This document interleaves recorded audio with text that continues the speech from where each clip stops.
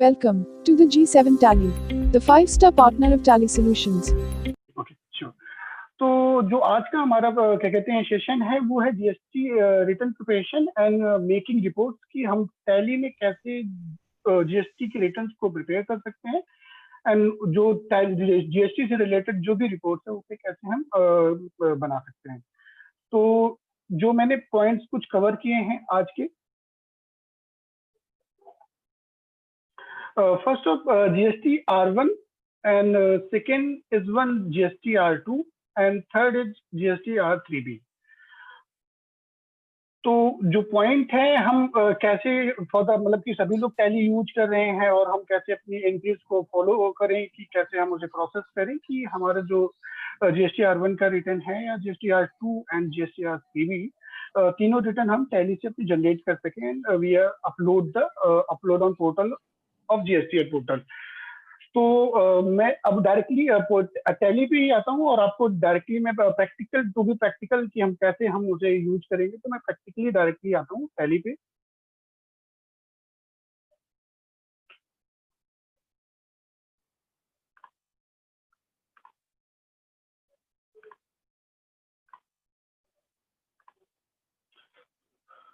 तो सम आइए, मैंने एक कंपनी ऑलरेडी एक डाटा है हमारे पास जो मैंने ऑलरेडी क्या कहते हैं मेंटेन कर रखा है और उसे कुछ सम एंट्रीज भी मैंने ऑलरेडी पास कर रखी है। तो उस पर हम एरर रेक्टिफिकेशन एंड हम एंट्री को कैसे फॉलो करेंगे, तो मैं सारी चीजें आपके साथ कवर करूंगा कि विच एंट्री हम कैसे उसको कवर करें।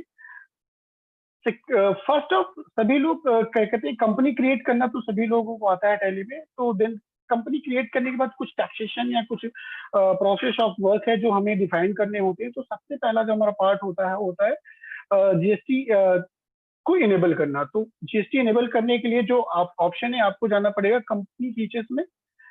देन यहाँ पे एक ऑप्शन आपको शो करेगा स्ट्रेचरी एंड टैक्सेशन। तो फर्स्ट ऑफ हम स्ट्रेचरी एंड टैक्सेशन में जाएंगे और यहाँ पे हम enable goods and services tax को इनेबल करेंगे।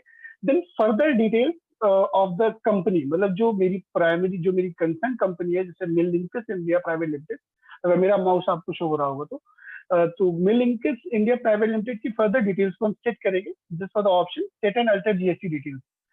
तो इसे हम यस करेंगे और सेट करेंगे। तो सेट करने के लिए फॉर द स्टेट कि मेरा स्टेट कौन सा है, for the registration type regular और कंपोजिशन कि both are return we can create with Tally. हम टैली के साथ दोनों रिटर्न को क्रिएट कर सकते हैं। देन इफ क्या कहते हैं concern company access of other territory, in case of UT में अगर कंपनी हमारी आती है तो हमें इस ऑप्शन को यस करना पड़ेगा। देन जीएसटी की एप्लीकेबिलिटी फ्रॉम कब से है पर्टिकुलर उस फॉर्म में, देन जीएसटीएन नंबर एंड प्रेडोकली जीएसटी R1 रिटर्न हमारी कैसे जाती है फॉर द, मैं अगर बात करूं मंथली या क्वार्टरली, तो हम उस ऑप्शन को सिलेक्ट करेंगे और क्या कहते हैं टैली उसी बेस पे आपकी जीएसटी R1 को जनरेट करती है। ठीक है।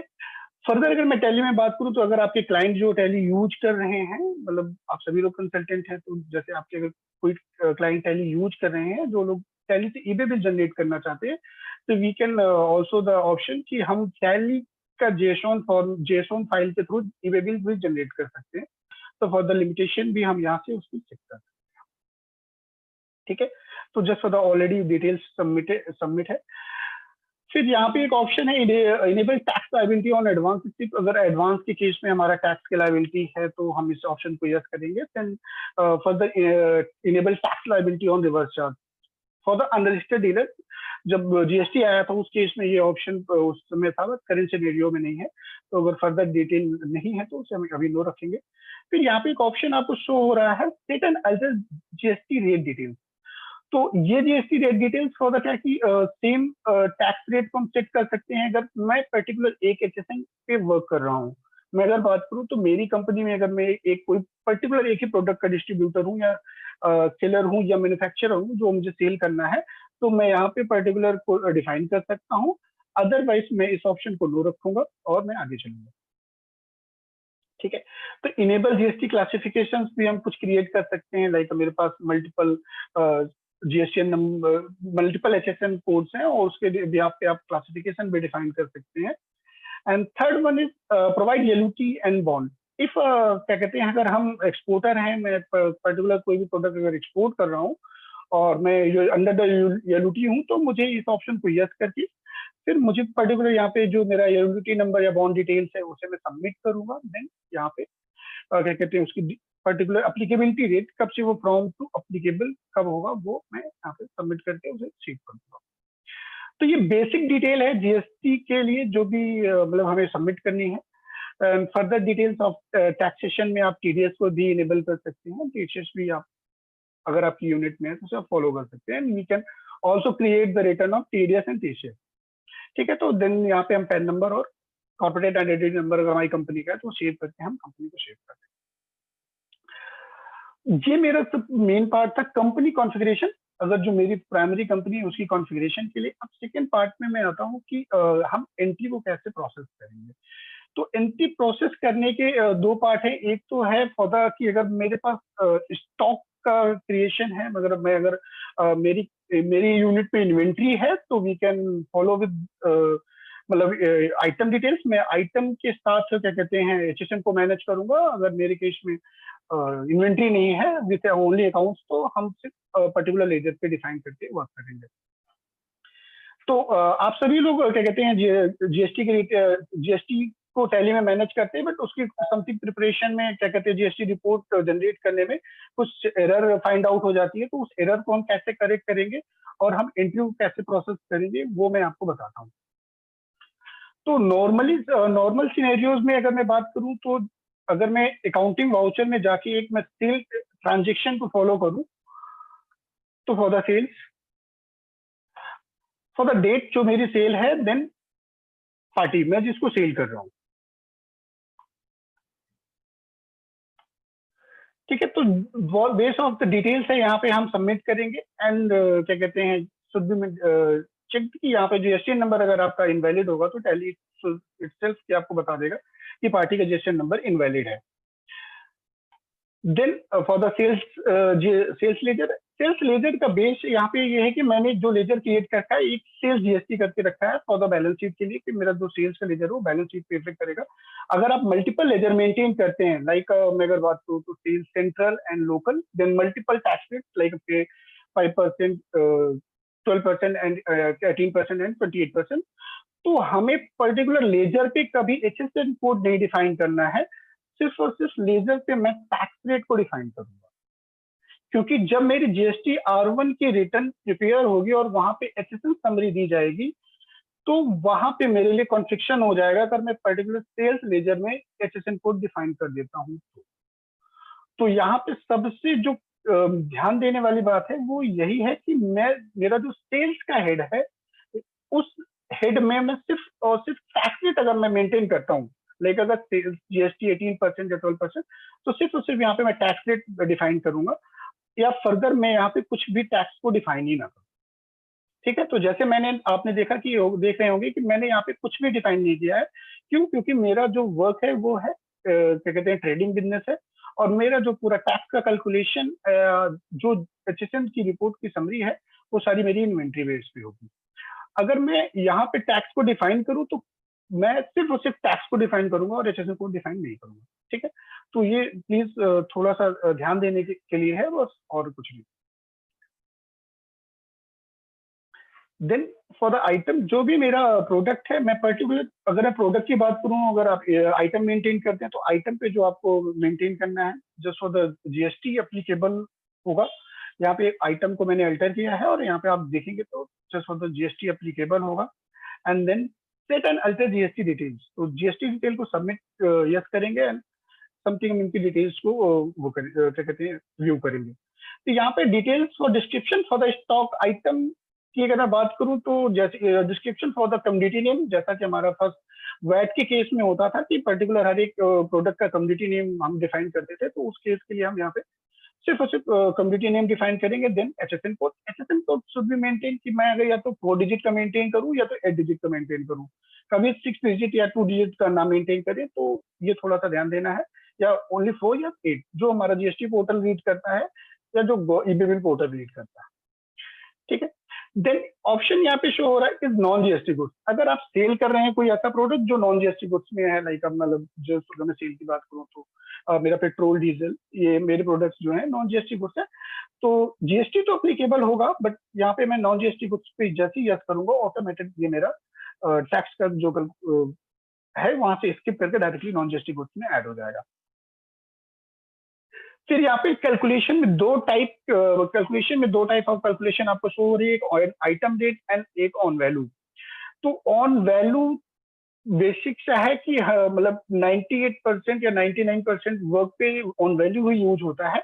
ऑन आइटम रेट जो यूज होता है only for the clothing business, for the readymade garments, मतलब जो रेडीमेड गारमेंट्स में अगर क्या कहते हैं क्लॉथिंग बिजनेस में यूज कर रहे हैं वहां पे हमें ऑन आइटम रेट यूज होता है फॉर द रेट फ्लक्चुएशन के लिए, कि अगर मैं टैक्स का फ्लक्चुएशन है कि अगर तो उस केस में मैं यूज करूंगा। जैसे क्लॉथिंग के बिजनेस में होता है कि अगर 0 to 99 है तो मेरा 5% टैक्स है, आफ्टर दैट मेरा 12% टैक्स डिफाइन होता है।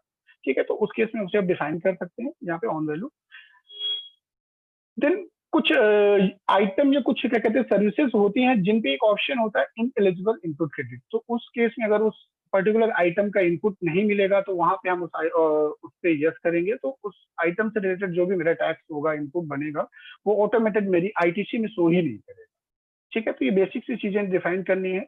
अगर सर्विस के पार्ट में रिवर्स चार्ज है तो हम रिवर्स चार्ज को यस करेंगे। ठीक है, तो यहाँ पे ये पार्ट क्लियर है और गुड्स सेलेक्ट करके हम सेट कर देंगे। ठीक है, क्वांटिटी जो भी है एक मैंने इनवॉइस पास कर दी है। देन फॉर द टैक्सेशन सारे टैक्स कैलकुलेशन आपकी है। अगर ईबे बिल का प्रोविजन अगर आप यूज करते हैं तो यहाँ पे ये सारी चीजों को यूज करके हम आगे फॉलो करेंगे। ठीक है, अब ये मैंने एंट्री पास कर दी है। अब मैं डायरेक्टली आपको रिटर्न क्या कहते हैं जो समरी है टैली की GSTR1 समरी वहां पे मैं लेके चलूंगा और वहां पे हम कैसे चेक करेंगे कि मेरी जो GSTR1 है उसमें कुछ एरर फाइंड आउट होती है तो हम उसे कैसे क्लियर करेंगे।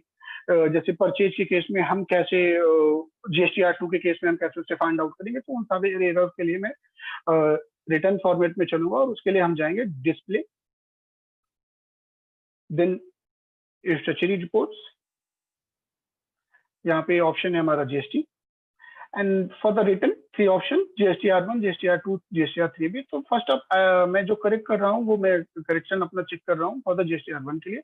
तो GSTR1 की रिपोर्ट जैसे आप ओपन करेंगे ये रिटर्न व्यू समरी का ऑप्शन है जहाँ पे आपको सारी डिटेल्स शो होती हैं। शो होने पे इसमें क्रॉस चेकिंग कैसे करनी है मैं आपको बता देता हूँ कि मतलब अगर कभी भी डाटा में एरर है तो उसे हम कैसे फाइंड आउट करेंगे। तो फाइंड आउट करने के लिए सबसे पहला जो हमारा क्या कहते हैं कि मेरे पर्टिकुलर GSTR1 में कितनी ट्रांजेक्शन होनी चाहिए उसको सबसे पहले हम क्रॉस चेक करेंगे। क्रॉस चेक करने के लिए सबसे पहले हम जाएंगे total number of voucher for the period. अगर मैं यहाँ पे GSTR1 को ओपन करता हूँ तो मेरा सबसे बेसिक कंसेप्ट यहीं पे कंप्लीट हो जाएगा। तो सारे ये वाउचर टाइप यहाँ पे आपके ओपन हो जाते हैं और यहाँ पे GSTR1 से रिलेटेड जो मेरा ट्रांजेक्शन होना चाहिए for the credit note, debit note and मेरा जो फॉर द जितनी एंट्रीज है मेरी सेल्स। तो अगर मैं इन तीनों को दोनों का कैलकुलेशन वो करूंगा तो मुझे यहाँ पे टोटल नंबर ऑफ मेरी कैलकुलेशन आ जाएगी कितनी होनी चाहिए। फिर यहीं से मुझे कुछ एरर्स भी सॉल्व हो जाती है कि मेरी इंक्लूड कितनी रिटर्न में है। अगर जो नहीं हो रही हैं हो सकता है कि मेरी अनसर्टेन में नहीं आ रही हूँ, एक्सक्लूड हो रही हूँ। एक्सक्लूड हो रही होंगी तो मैं उन्हें बता मतलब उसका क्यों रीजन यहाँ से मैं चेक करने का है, क्योंकि एक्सक्लूड हो रही हूँ तो मैं उसको कैसे तरीके से चेक कर सकता हूँ वो मैं आपको बताऊंगा। देन सेकंड ऑप्शन की अनसर्टेन, अगर अनसर्टेन में है तो समथिंग कुछ एरर होगी उस एंट्री से रिलेटेड जिसे मैं क्या कहते हैं रेक्टिफाई करूंगा एंड सॉल्व करने के बाद वो मेरी GSTR1 ट्रांजेक्शन में शो करेगी। देन मैं स्केप करके पीछे आ जाता हूँ। यहाँ पे एक ऑप्शन आपको GSTR1 रिटर्न ट्रांजेक्शन से आपको शो हो रहा होगा इंक्लूड इन रिटर्न।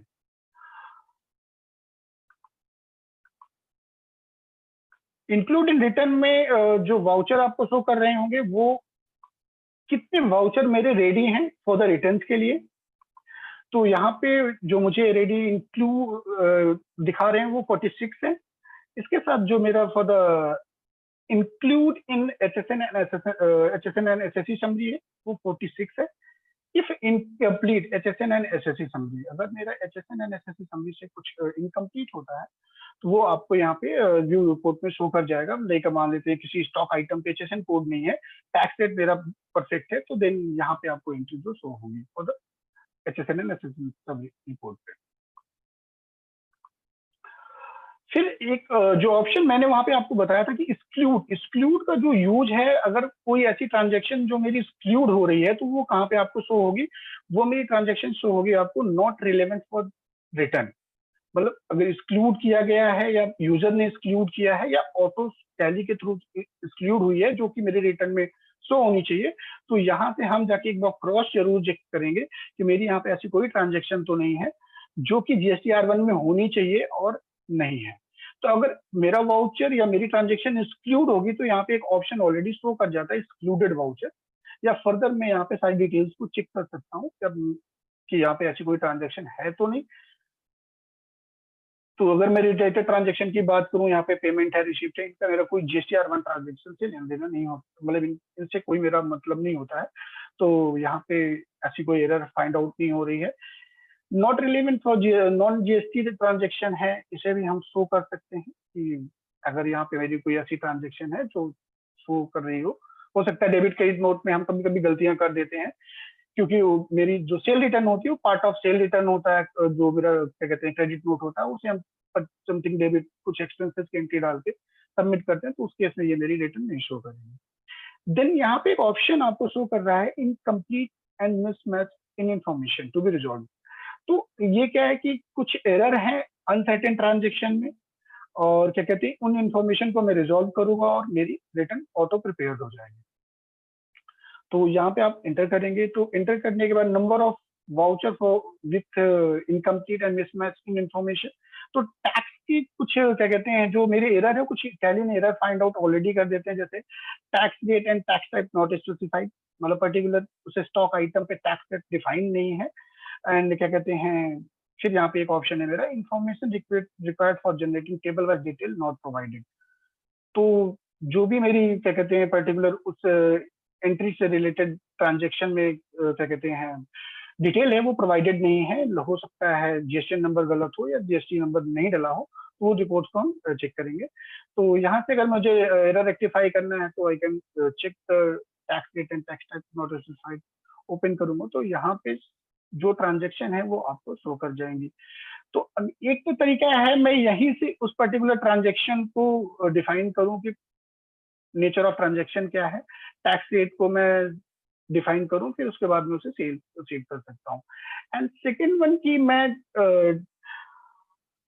देन क्या कहते हैं मैं यहाँ से अपनी इनकम्प्लीट से ट्रांजेक्शन पे जाऊं और यहाँ पे मुझे सारी ट्रांजेक्शन अपनी शो कर जाएंगी और उनके बिहाफ पे मैं यहाँ से अपनी करेक्शन करूँ और उसे मैं डिफाइन कर सकता हूँ। तो यहाँ पे पहली जो मेरी ट्रांजेक्शन है for the nature of transaction, जो मेरी सेल है वो किस केस में है, तो मैं अगर डिफाइन करता हूँ तो जैसे मेरा ये सेम स्टेट है, इंटीग्रेटेड टैक्स रेट मेरा कितना है, मैंने पर्टिकुलर उसी सेल पे डिफाइन कर दिया और ये मेरी टैक्स ऑटो कैलकुलेट होके करेक्ट हो जाएगी।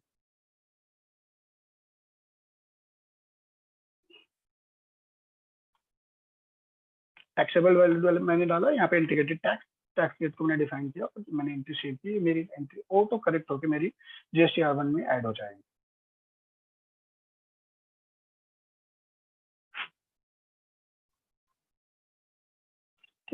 Then second one as it is option है जो मेरी रिपोर्ट है, इसे मैं सेम रेक्टिफाई करता हूँ और डिफाइन करता हूँ कि मेरा टैक्स रेट क्या है।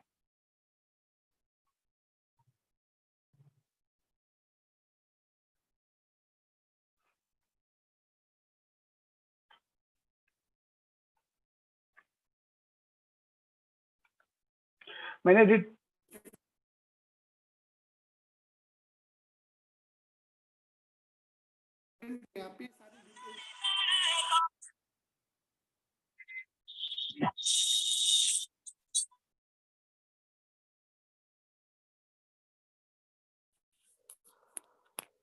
देन यहाँ पे एक ऑप्शन रिटर्न आपको शो कर रहा है पर्टिकुलर पार्टी का, अगर मैं इसे चेक करूं तो यहाँ पे देखिए मुझे पर्टिकुलर पार्टी का रिटर्न। सौरभ जी थोड़ी सी वॉइस आपकी दूर हो गई है, काफी दूर से आ रही। और सर हो सकता है वो एक्चुअली जस्ट फॉर द एक व्हाट्सएप कॉल आ गई थी तो एक बार मैं सर करेक्ट है अभी करेक्ट ठीक है है ना। ओके। तो अगर मैं यहाँ पे जैसे पार्टी का सॉरी मैं आता हूँ अपने टॉपिक पे।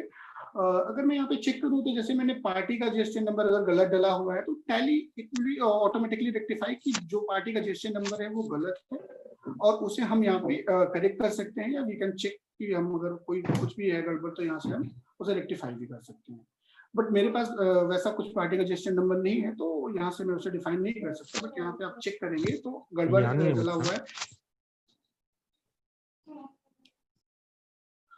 ठीक है। तो यहाँ से मैं जीएसटी के नंबर को अगर मैं चेंज करूँ तो पर्टिकुलर पार्टी में डिफाइन क्या है, अगर मैं क्रॉस चेक करूँ तो पार्टी मेरी ओडिशा की है और मेरा जीएसटी नंबर यूपी का डला हुआ है, इसलिए वो पर्टिकुलर लेजर पे मेरी एंट्री को रॉन्ग शो कर रहा है, ठीक है। तो यहाँ पे मैं जीएसटी नंबर करेक्ट करूंगा और ऑटोमेटेड मैं एंट्री को सेव करूंगा, मेरी एंट्री ऑटोमेटिकली मेरी जीएसटी R1 की ट्रांजैक्शन में शो कर जाएगी, ठीक है। तो ये जीएसटी R1 ट्रांजैक्शन पे जो भी रिपोर्ट है आपको शो करेगी। इसके दो व्यू हैं, एक फर्स्ट ऑफ की व्यू रिपोर्ट व्यू समरी में है, तो व्यू समरी आप चेक कर सकते हैं फॉर द सेल्स वैल्यू के हिसाब से मैं इसको ऑप्शन शो कर सकता हूँ। देन यहाँ पे आपको व्यू रिटर्न फॉर्मेट मिलेगा और व्यू रिटर्न फॉर्मेट पे भी आप इसको चेक कर सकते हैं, ठीक है। फर्दर डिटेल्स अगर आप करते हैं तो डिटेल्स से भी आप रिपोर्ट को शो कर सकते हैं। अब जब मैं जीएसटी R1 के मैंने क्रॉस चेक किया कि मेरी सारी ट्रांजैक्शन या क्या कहते हैं मेरी जो भी एंट्रीज हैं वो सारी करेक्ट हैं, एंड आफ्टर दैट मैं अपनी रिटर्न को एक्सपोर्ट करना है, तो आपको राइट साइड में एक ऑप्शन होगा, कंट्रोल ई शॉर्टकट है, export GST R1। GST R1 export में मैं क्लिक करूंगा तो यहाँ पे आपको 3 फॉर्मेट्स अवेलेबल हैं। एक है CSV comma delimited, second one Excel separate sheet, and third one is JSON data interchange। तो अगर मैं डायरेक्टली गवर्नमेंट की पोर्टल की बात करूं या जीएसटीएन पोर्टल की बात करूं तो जीएसटीएन पोर्टल डायरेक्टली रीड करता है जेसन फाइल को। अगर मैं एक्सेल एक्सपोर्ट करता हूं फॉर द रिटर्न के लिए तो हम दोनों फॉर्मेट को डिफाइन कर सकते हैं और किस दोनों फॉर्मेट में आप डिजाइन करके रिपोर्ट को सबमिट कर सकते हैं। एक्सेल फॉर्मेट का बेस प्रोसेस होता है कि गवर्नमेंट का पोर्टल पहले एक्सेल को जेसोन में कन्वर्ट करेगा, देन उसे प्रोसीड करेगा। एंड जेसोन फॉर्मेट को अगर मैं यहाँ से सिलेक्ट करूँ और एक्सपोर्ट करना है तो एक्सपोर्ट कर सकता हूँ। साथ में यहाँ पे एक ऑप्शन है एक्सपोर्ट डॉक्यूमेंट समरी, इसे जरूर यूज करें जब हम जीएसटी R1 के ट्रांजैक्शन को सबमिट करते हैं तो उसमें क्या कहते हैं हमारी डिटेल्स को कुछ डॉक्यूमेंट्स को भी पोर्टल हमसे बोलता है कि डॉक्यूमेंट की डिटेल को प्रोवाइड करें, तो हमें ये एक्सेप्शन को यस करके और इसे एक्सपोर्ट अगर मैं जेसोन करूं डायरेक्टली जेसोन एक्सपोर्ट हो जाएगी।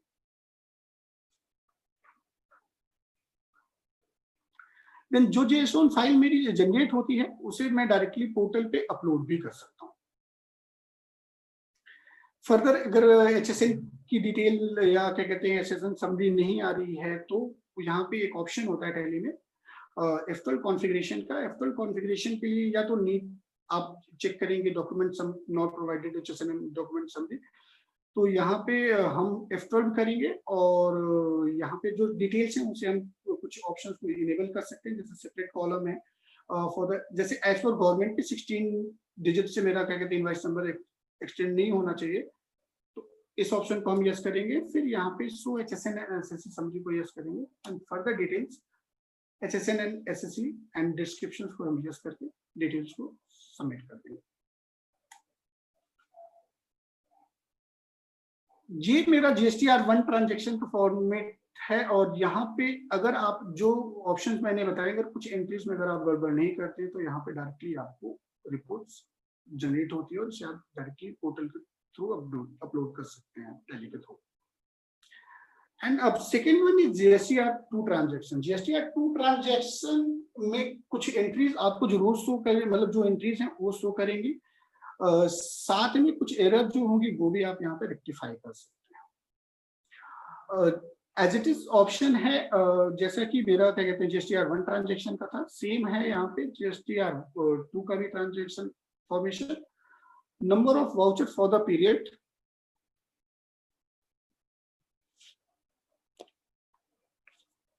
number of voucher for the period, then include in return, जैसा कि हम क्रॉस चेक कर सकते हैं यहाँ पे इंक्लूड इन रिटर्न में कुछ क्या कहते हैं जो वाउचर्स हैं, लाइक 5 वाउचर मेरे इंक्लूड इन रिटर्न में आ रहे हैं, एंड 2 वाउचर हैं जो मेरे इनवाइस रेडी फॉर रिटर्न में है, इनवाइस विद मिसमैच में 3 वाउचर है। ठीक है, तो अगर मैं चेक करूं क्रॉस की इनवाइस विद मिसमैच इंफॉर्मेशन में क्या है, तो क्रॉस यहाँ पे tax type and tax rate and क्या कहते हैं मेरा इंफॉर्मेशन रिक्वायर्ड कि अगर जीएसटीएन नंबर गड़बड़ है तो यहाँ पे तीनों एंट्रियों को टैली रीड करता है और आपकी जीएसटीआर 2 में आपको शो जरूर करेगा। डिटेल्स को अगर मैं क्रॉस चेक करना चाहूँ तो यहाँ से मैं क्रॉस चेक कर सकता हूँ कि जैसे information required table generating table wise detail not provided. अगर मैं इसको क्रॉस चेक करूँ तो मैंने पार्टी का जीएसटीएन नंबर नहीं डाला, बट मेरी जीएसटीआर 2 के ट्रांजेक्शन में ये एंट्री शो करेगा। फर्दर अगर मैं इसी ट्रांजेक्शन को जीएसटीआर क्या कहते हैं 1 में जीएसटीआर 1 की ट्रांजेक्शन होती है उसमें जीएसटीएन नंबर नहीं होता, तो वहां पर क्रॉस आपको चेक करके जरूर बता देता है कि वो जीएसटीएन नंबर नहीं है। एज इट इज मेरी सेकेंड एंट्री है। अगर मैं बात करूँ तो यहाँ पे 2 टाइप ऑफ एरर है।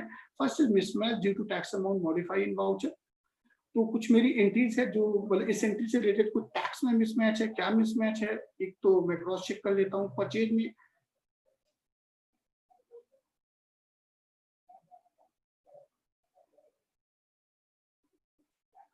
supplier original invoice number and supplier original invoice date and some यहाँ पे टैक्स मेरा क्या एप्लीकेबल होगा वो मैं डिफाइन करूंगा और इस एंट्री को मैं सेव कर दूंगा, तो डायरेक्टली मेरी एंट्री जो है मेरी जीएसटीआर 2 में ऐड हो जाएगी।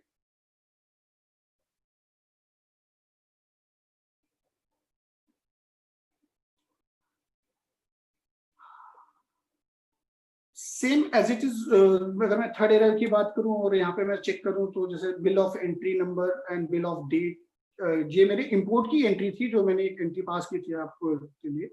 तो ये अगर मैं यहाँ पे चेक करूं तो यहाँ पे आपको शो होगा बिल ऑफ एंट्री नंबर जो मेरा particular port bill of entry होता है फॉर द इंपोर्ट के केस में, फिर बिल ऑफ एंट्री डेट जो मेरी बिल ऑफ एंट्री डेट होती है for the import, and port code मेरा पोर्ट कोड क्या है यहाँ पे करेक्ट है तो 6 डिजिट जैसे एजिटेड पोर्टल आपको बता रहा है, तो डिटेल ये मेरी करेक्ट है तो ये ऑटोमेटिकली सबमिटेड हो जाती है जीएसटीआर 2 ट्रांजैक्शन में।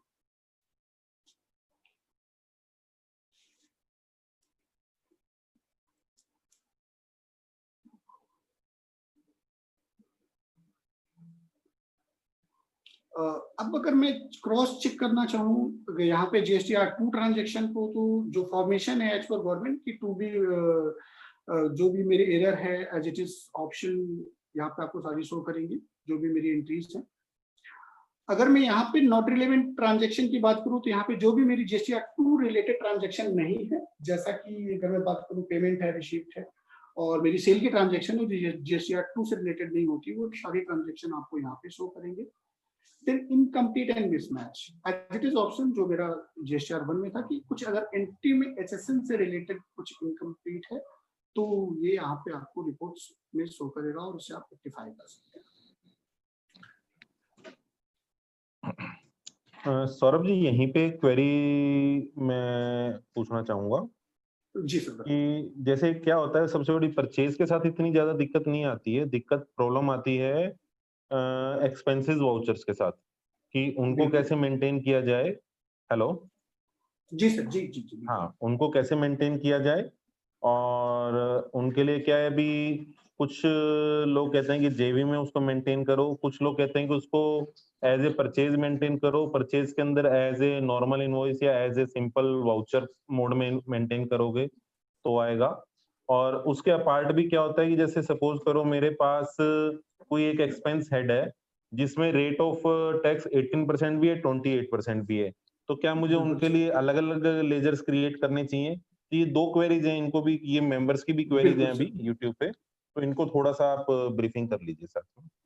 ओके तो फर्स्ट ऑफ मैं आ जाता हूँ मेन अपनी स्क्रीन पे। अगर मैं ट्रांजैक्शन की बात करूँ तो क्वेश्चन था कि इफ अगर मेरी कोई एक्सपेंसेस एंट्री है, एक्सपेंसेस एंट्री का बेस कंसर्न फॉर द कि अगर मेरी एक्सपेंसेस एंट्री में टैक्स एप्लीकेबल है मतलब अगर उस केस में अगर जीएसटी की कोई भी ट्रांजैक्शन उसके साथ रिलेटेड है तो हम उसे मतलब सिनेरियो जो अगर मेरा जो कंसर्न है उसे परचेज एंट्री में ही पास करें, उस केस में मेरे लिए बेनिफिशियल क्या होता है, आप उसे जनरल वाउचर के थ्रू भी पास करके एंट्री सेव कर सकते हैं, लेकिन दोनों में एक छोटी सी एरर होती है। अगर मैं अकाउंटिंग वाउचर में जाऊं और यहाँ पे जैसे आप देख रहे हैं मेरा वाउचर नंबर, देन परचेज के केस में अगर मेरी एक्सपेंसेस एंट्री है कोई भी हो, चाहे जो भी टैक्स रिलेटेड है, वो मेरी कंसल्टेंसी चार्जेस हो सकती है व्हाटएवर, तो मैं इन्वेंट्री को ना इनेबल करके मैं यहाँ पे एक ऑप्शन होता है अकाउंटिंग वाउचर का, मैं उसके थ्रू एंट्री करूंगा। ठीक है, तो ये मेरा यहाँ पे जो मोड चेंज हो जाएगा, ऑल्ट की शॉर्टकट होता है, तो यहाँ पे जो मेरा मोड ओपन हो जाएगा वो हो जाएगा अकाउंटिंग एंट्री। ठीक है, तो यहाँ पे सप्लाई इनवॉइस नंबर जो भी होगा, डेट, देन जो मेरी कोई भी जो भी मेरा क्या कहते हैं सप्लायर है या जो मेरा पार्टी है, देन यहाँ पे मेरा एक्सपेंस कुछ भी हो सकता है, कोई भी ऐसा एक्सपेंस जिसपे टैक्स। अब अगर मैं बात करूं, मेरा एक कंसल्टेंसी चार्जेस है, मैं मान लेता हूँ,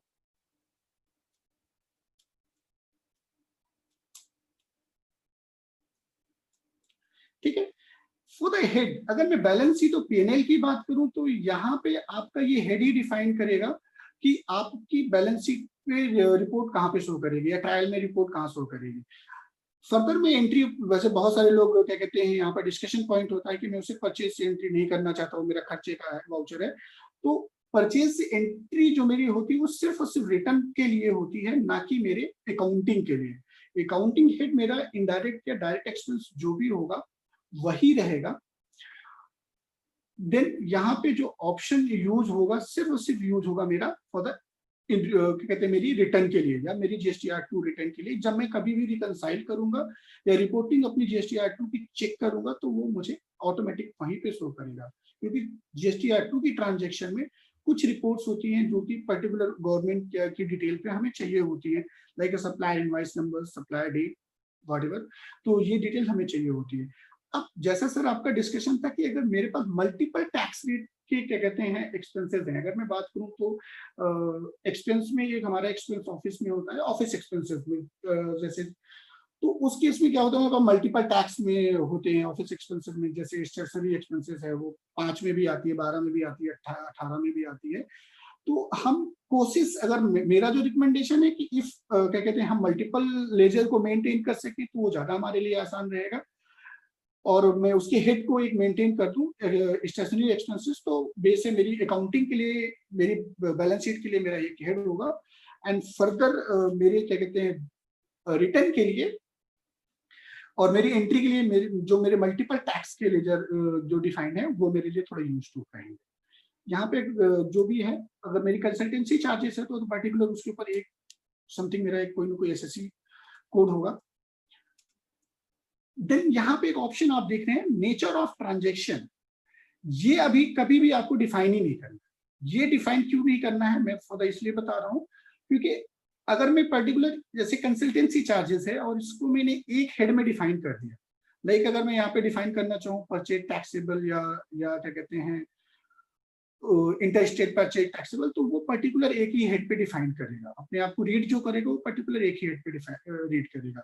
अगर मैं यहाँ पे नेचर ऑफ ट्रांजैक्शन को अनडिफाइंड नॉट एप्लीकेबल कर देता हूँ और टैक्सेबिलिटी को टैक्सेबल करके यहाँ पे जो कंसल्टेंसी चार्जेस है हमारे 18% को मैंने डिफाइन किया और इसको मैंने सेव कर दिया, तो ये मेरा लेजर जो है, जो मेरा एक कंसल्टेंसी चार्जेस का लेजर है, आप चेक देख रहे होंगे वो ऑटोमेटेड जो टैक्स की क्लासिफिकेशन है परचेज टैक्सेबल से लिख कर रहा है।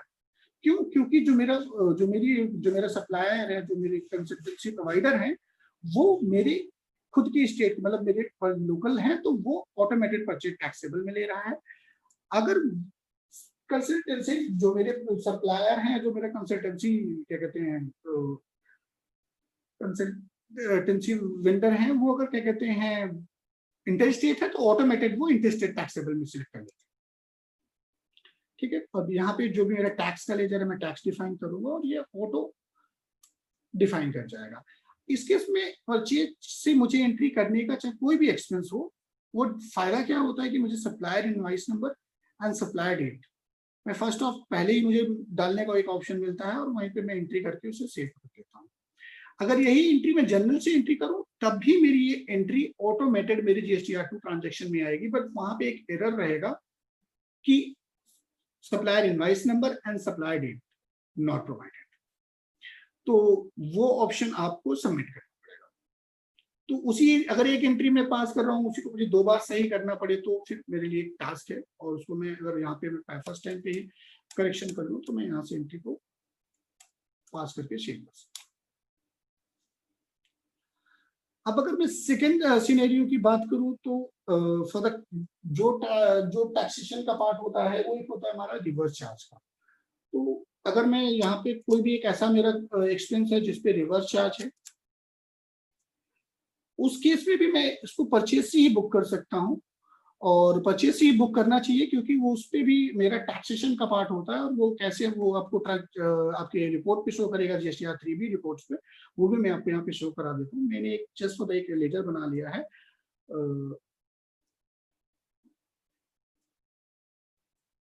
फ्रेट, ठीक है, इनडायरेक्ट एक्सपेंस है मेरा। देन टैक्सेबिलिटी को मैंने इनेबल किया है और GST के टैक्सेस को मैं सेट करता हूँ। HSN and SSN summary define में कर सकता हूँ, बट मैंने डिफाइन नहीं किया, और यहाँ पे मैं टैक्सेबल लिया। Then option is reverse charge applicable, मैंने रिवर्स चार्ज को यूज किया जो फॉर द एक क्या कहते हैं मेरे 3B रिपोर्ट्स के लिए मैंडेटरी होता है। अगर मेरी रिपोर्ट्स को चाहिए तो यहाँ अगर 3B रिपोर्ट्स में अगर आपको उस पर्टिकुलर हेड का क्या कहते हैं रिवर्स चार्ज है तो उसे जरूर डिफाइन करो। यहाँ पे मैंने टैक्स को डिफाइन किया और मैंने सेव किया। अब यहाँ पे अगर मैं टैक्स को डिफाइन करने के बाद अब यहाँ पे आप चेक करेंगे तो ऑटोमेटेड टैली आपको एक नेचर ऑफ ट्रांजैक्शन डिफाइन करके दे देता है, interstate purchase from unregistered taxable, जो रिवर्स चार्ज मैकेनिज्म में आती है। अब उसको क्रॉस भी अगर आपको चेक करना है तो आप यहाँ पे राइट साइड में एक ऑप्शन होता है टैक्स एनालिसिस का, शॉर्टकट ऑल्ट है। टैक्स एनालिसिस से भी आप चेक कर सकते हैं कि जो मैकेनिज्म है वो ऑटो आपको चेक सेट करके बता रही है कि जो मेरा एज पर कैलकुलेशन टैक्स जो होगा वैल्यू वो अमाउंट आपको शो करेगा। एंड देन राइट साइड में अगर मेरा माउस अगर आपको शो हो रहा है वहां पे आप देख रहे हैं this amount of tax subject to reverse charge. Tally के आपको ऑटो पॉपुलेटेड है जो आपको इंटरेस्ट को शो कराएगा कि क्या कहते हैं कौन सी रिवर्स चार्ज में जाएगी या कौन मेरी GSTR2 की डायरेक्टली ट्रांजेक्शन है, ठीक है। तो अगर मैं इसी एंट्री से रिलेटेड मेरे हिसाब से करण सर क्वेरी हो गई होगी। हाँ ठीक है, ये क्लियर हो गया। करण सर इस एंट्री से रिलेटेड और कोई क्वेरी है तो मैं बताऊं आपको। नहीं, इस एंट्री से रिलेटेड शिव कोई क्वेरीज आपको अगर दिख रही है अभी तक की क्वेरीज में से आशीष? देन अब अगर मैं सेम जो एंट्री सौरभ जी एक बार क्वेरीज ले लेते हैं अभी तक की जो भी है। सौरभ जी आवाज आ रही है? अब यहाँ पे अगर मैं ट्रांजैक्शन की बात करूं जो मैं ट्रांजैक्शन एंट्री कर रखी है उसके बाद क्या कहते हैं मैं रिपोर्ट्स को फीस चेक करूं जो मैंने ट्रांजैक्शन की है, दोनों टैक्सेशन की, एक मेरी consultancy charges and second one is Saurabh RCM की एंट्री जो है रिवर्स चार्ज उसे मैं यहाँ पे शो कर सकता हूँ। देन स्ट्रक्चरल रिपोर्ट्स पे सौरभ जी पे आवाज नहीं जा पा रही है। GSTR2 ट्रांजैक्शन तो जो मेरी एंट्री है वो करंट मंथ की है और फॉर मैं पीरियड यहाँ से सिलेक्ट कर लेता हूँ करंट का, और इसे मैं चेक करूँ तो यहाँ पे दोनों एंट्री में मुझे आपको शो करेंगी जो मेरी पर्टिकुलर ट्रांजैक्शन से रिलेटेड है। For the reverse charge mechanism में भी जैसे अगर मैं चेक करना चाहूँ यहाँ पे आप देखेंगे कि जो मेरी एंट्री शो हो रही है, एक मैंने रिवर्स चार्ज की एंट्री पास की थी वो आपको रिवर्स चार्ज में शो हो रही है, एंड कंसल्टेंसी चार्जेस की एंट्री मैंने पास की थी वो आपको यहाँ पे कंसल्टेंसी चार्जेस में शो हो रही है, ठीक है। तो फॉर द ऑप्शन है कि आप पर्टिकुलर एंट्री को कैसे फॉलो करते हैं। अगर टैक्स का अप्लीकेबिलिटी है तो उसे हम फॉलो क्या कहते हैं परचेज के थ्रू ही करें। इफ अगर उस पे टैक्स अप्लीकेबल नहीं है तो उसे हम क्या कहते हैं जनरल एंट्री के थ्रू पास कर सकते हैं एज इट इज। अब मैं ऑप्शन अगर मैं शो करना चाहूँ just for the report of 3B, तो यहाँ पे आप सेव करेंगे GSTR 3B की रिपोर्ट्स, तो आपको एज इट इज सारी रिपोर्ट जो है ट्रांजेक्शन वाइज वही सेम ऑप्शन है। Total number of for the vouchers, जो मेरा पीरियड है, अगर मई की क्या कहते हैं 3B की बात करूं तो यहाँ पे आपको सारी रिपोर्ट्स पे for total number of the transaction 10 include in return कितनी एंट्रीज है जो मेरी 3B में रिफ्लेक्ट कर रही है। अब अगर मैं क्रॉस चेक करना चाहूँ तो एज इट इज ऑप्शन है कि मैं पहले क्रॉस चेक करूंगा। क्रॉस चेक करने के लिए सेम है फॉर द की सेल्स की मेरी जो ट्रांजेक्शन है, then purchase transaction and debit note and credit note, तो मैं सारी ट्रांजेक्शन को कैलकुलेट कर सकता हूँ कितनी नंबर ऑफ ट्रांजेक्शन जो होनी चाहिए मेरी GSTR 3B में होनी चाहिए, एंड देन फाइंड आउट कि मेरी GSTR 3B में उतनी ट्रांजेक्शन आ रही है नहीं आ रही है। एज इट इज ऑप्शन है। यहाँ पे जो मुझे GSTR 3B में ट्रांजेक्शन शो हो रही है वो 54 ट्रांजेक्शन शो हो रही है। फॉर द रिटर्न टेबल में भी 54 है। अगर कुछ इम्प्लीकेशन होता है लाइक टैक्स में या कुछ कैलकुलेशन में, तो वो आपको return no direct implication in return table में शो करेंगे। देन अगर कुछ मेरी ट्रांजेक्शन में इनकम्प्लीट है जो GSTR 3B से रिलेटेड थी, अगर मैं बात करूँ तो जो मेरी कुछ रिपोर्ट जो GSTR 2 में शो तो कर रही थी, लेकिन मेरी 3B में वो रिपोर्ट्स में समथिंग एरर है, तो वी कैन सॉल्व दैट, हम यहाँ से उसे सॉल्व कर सकते हैं।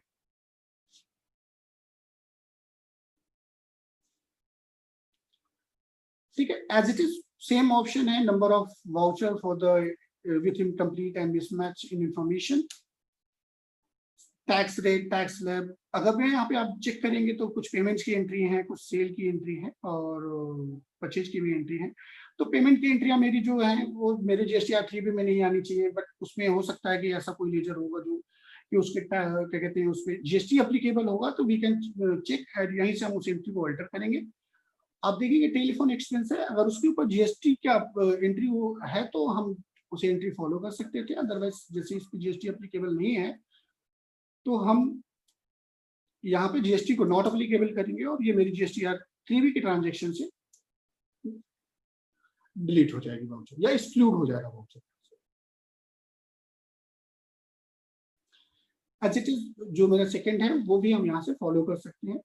तो अगर यहाँ पे मिसमैच में जो मेरी एंट्री है वो बिल्कुल रिजॉल्व होनी चाहिए, फर्दर की इसमें GST के रिपोर्ट्स की एरर होगी, वो मेरे पास GST नंबर नहीं है इसलिए फर्दर ऑलरेडी एरर है, तो करेक्ट करके हम यहाँ से अपनी GSTR को रिपोर्ट्स को जनरेट कर सकते हैं। एंड फर्दर आप यहाँ पे चेक करेंगे तो जो मेरी GSTR आउटवर्ड सप्लाईज में होनी चाहिए वो ट्रांजेक्शन सारी एंट्रीज, देन 3.2 के जो एरर्स रिपोर्ट जो मेरे जो एरर फ्री रिपोर्ट्स है वो यहाँ पे आपको शो कर जाएंगे। जो मेरा ITC है वो आप क्रॉस चेक कर सकते हैं, जो मेरा टोटल ITC वैल्यू है वो। फिर यहाँ पे value of exempt nil rated and non GST inward supplies जो वैल्यूज है वो मेरी सारी शो कर जाएंगी। एंड इसकी व्यू रिपोर्ट डिटेल अगर आपको करनी है तो यहाँ पे हम व्यू रिपोर्ट कर सकते हैं। तो सारी आपको 1 to 1 आप रिपोर्ट्स को क्या कहते हैं चेक कर सकते हैं कि जो मेरी ट्रांजेक्शन है वो करेक्ट है या इम्पोर्ट की ट्रांजेक्शन है वो करेक्ट है, जो भी ट्रांजेक्शन हो सारी आपको यहाँ पे करेक्ट मिलेंगे। देन यहाँ पे एक प्रोविजन टैली का नया आया है जो नए रिलीज में है, जो उन्होंने जो लोग पुराने रिलीज यूज कर रहे हैं उन पे अपडेटेड नहीं है कि इफ अगर एंट्री आप रिवर्स चार्ज की ऑटो पास करते हैं तो GSTR 3B में ऑटो एंट्री आपको शो कर जाती है। ठीक है, तो यहाँ पे आप GSTR 3B की रिपोर्ट्स को ऑटो चेक कर सकते हैं। एंड क्रॉस चेक करने के बाद एज इट इज ऑप्शन है, जैसा कि हमारा GSTR 1 एक्सपोर्ट रिटर्न का था, तो प्रिंट रिटर्न का बेस्ट ऑप्शन है, प्रिंट रिटर्न में कर सकता हूँ।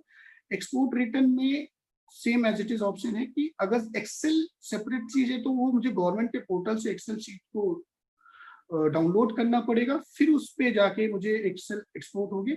अदर देन मैं यहाँ से JSON फाइल को जनरेट करके ऑटोमेटेड में डायरेक्टली पोर्टल पे अपलोड कर सकता हूँ। तो ये मेरे जो पार्ट है ये तीनों 3 पार्ट्स हैं जो GSTR 3B से रिलेटेड है और मतलब सॉरी 3B और R1 एंड R2 से रिलेटेड है, जो कि आप यहाँ से एक्सपोर्ट करके एंट्री को। सौरभ जी अभी आवाज आ रही है आपको? Saurabh ji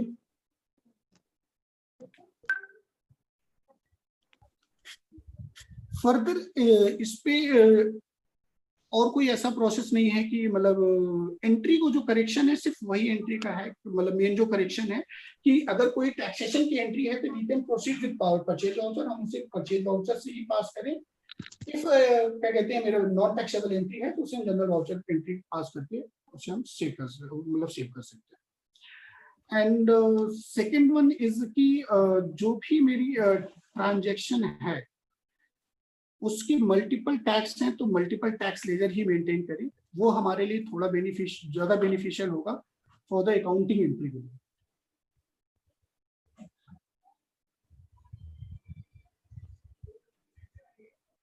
multiple tax rate को अगर हम मेंटेन करते हैं तो हमारी ट्रांजेक्शन के मतलब हमारी जीएसटी रिपोर्ट के लिए ज्यादा बेनिफिशियल होता है, वो चाहे 5% का हो, चाहे 12% का हो, चाहे 18% का हो, और चाहे 28% का हो। इफ एग्जेंटेड देन हम उसका भी लेजर मेंटेन करेंगे।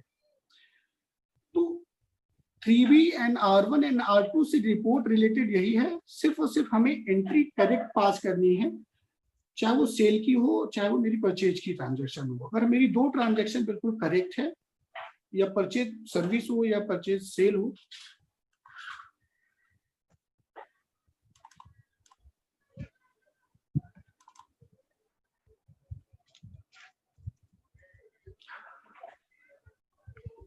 अगर आप लोगों की कुछ क्वेरी है तो आप लोग पूछ सकते हैं इस एंट्री से रिलेटेड और इस क्या कहते हैं ट्रांजैक्शन से रिलेटेड। सौरभ जी आपको आवाज आ रही है? हेलो सौरभ जी, करण सर मेरी वॉइस करेक्ट आ रही है आपको? करण सर आपकी वॉइस करेक्ट है सर, लेकिन शायद हमारी आवाज आप तक नहीं आ रही है।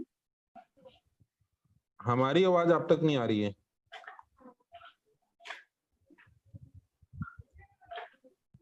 सौरभ जी आवाज आ रही है?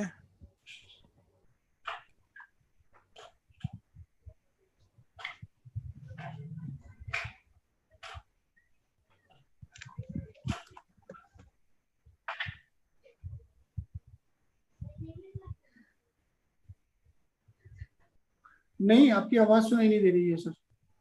हाँ सर, कुछ इशू है आप ही की साइड।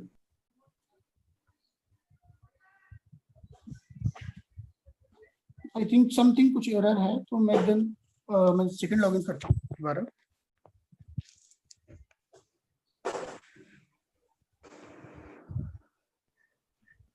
आशीष शीट तब तक देख लो क्वेरीज। इनकी आवाज नहीं आ रही है। हाँ वो अभी दोबारा वो कर रहे हैं, उनके कुछ उसमें। करण सर आवाज आ रही है? हाँ हमें आ रही है, आपको आ रही है आवाज अब? हाँ अभी आ रही सर, अभी आ रही है। हाँ तो शिव सौरभ जी आवाज आ रही है अब? जी सर। अच्छा, एक क्वेरी ये थी जो आपने अभी एक्सपेंसेस की एक एंट्री डलवाई थी, वो मेरी अपनी क्वेरी है। वो जो परचेज के हेड में आपने डलवाई और उसको अंडर एक्सपेंसेस बुक किया, जो कंसल्टेंसी चार्जेस वाला था, वो जैसे GSTR 3B और R1 में तो बाइफरकेशन नहीं होता है। In the case of annual return input service और इनपुट गुड्स का बाइफरकेशन होता है। तो क्या वो परचेज के हेड में इस तरीके से डालने से वो बाइफरकेशन हो जाएगा? सर बिल्कुल हो जाएगा, क्योंकि आप मैं अगर लेजर की बात करूं तो मैं आपको लेजर अगर आप चेक करेंगे तो अगर मैं उस एंट्री को पर्टिकुलर एंट्री को अगर मैं चेक कर रहा हूं तो आप देखेंगे तो ये जो भी मैंने एक्सपेंस की एंट्री की थी,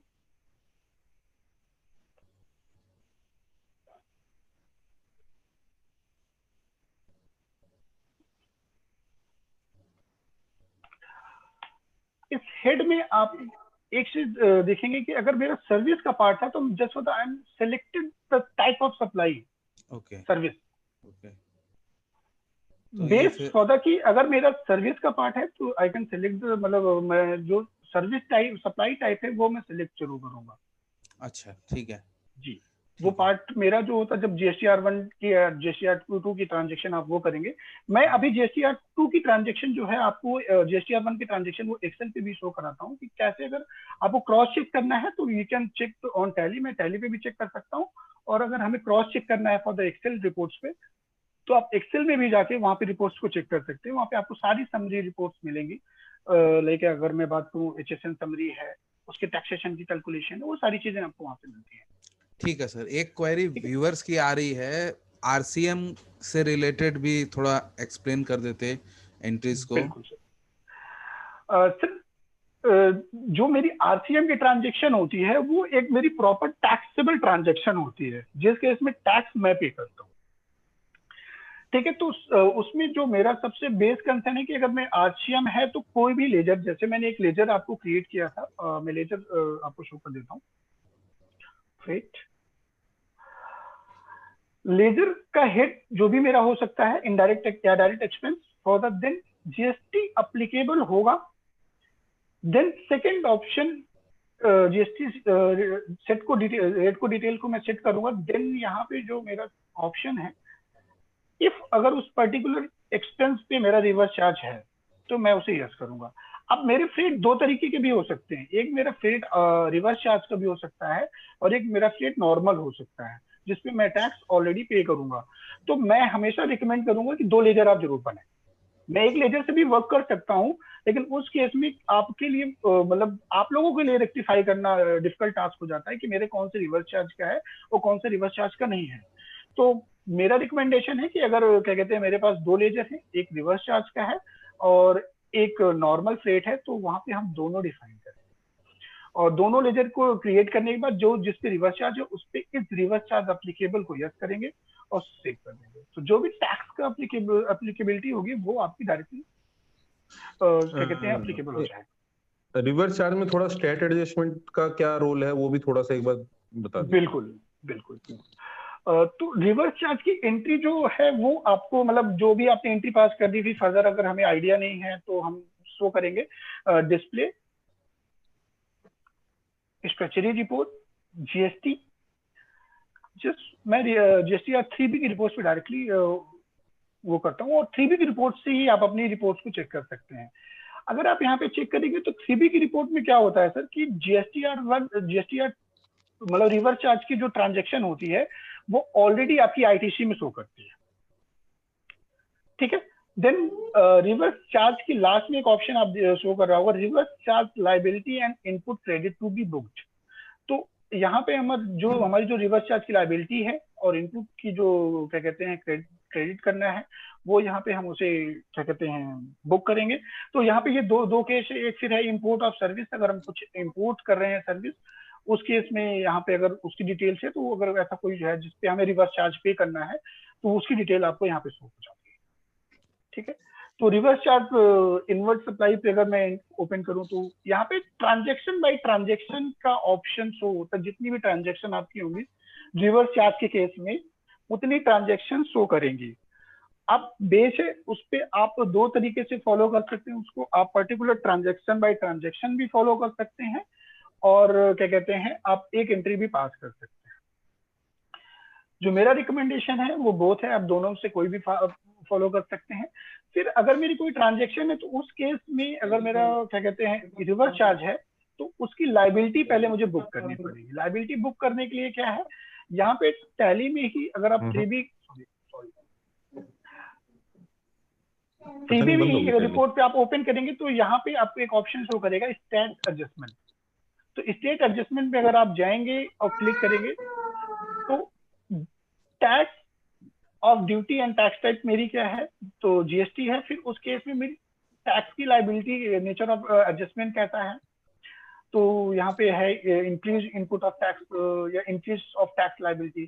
तो जो मेरा फर्स्ट यहाँ पे जो मेरा मेन कंसर्न है वो है इंक्रीज ऑफ टैक्स लाइबिलिटी करूंगा मैं और फिर यहाँ पे मैं एंट्री को डेबिट क्रेडिट करके वो पास कर दूंगा। तो यहाँ पे एक हम क्या कहते हैं लेजर क्रिएट कर लेते हैं।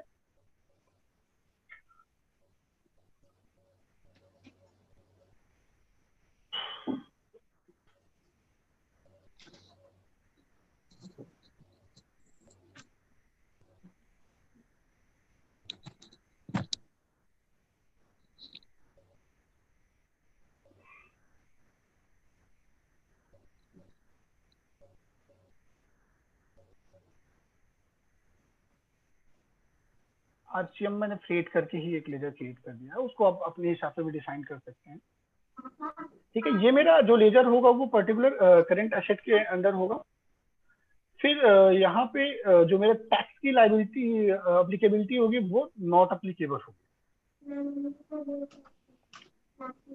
ठीक है, देन इसको मैं सेव कर दूंगा। ये मेरा सिर्फ और सिर्फ लेजर है एडजस्टमेंट के लिए, क्योंकि मैं अपनी एंट्री को एडजस्ट कर सकूंगा अपनी क्या कहते हैं ट्रांजेक्शन, क्या कहते हैं स्टैट एडजस्टमेंट के साथ।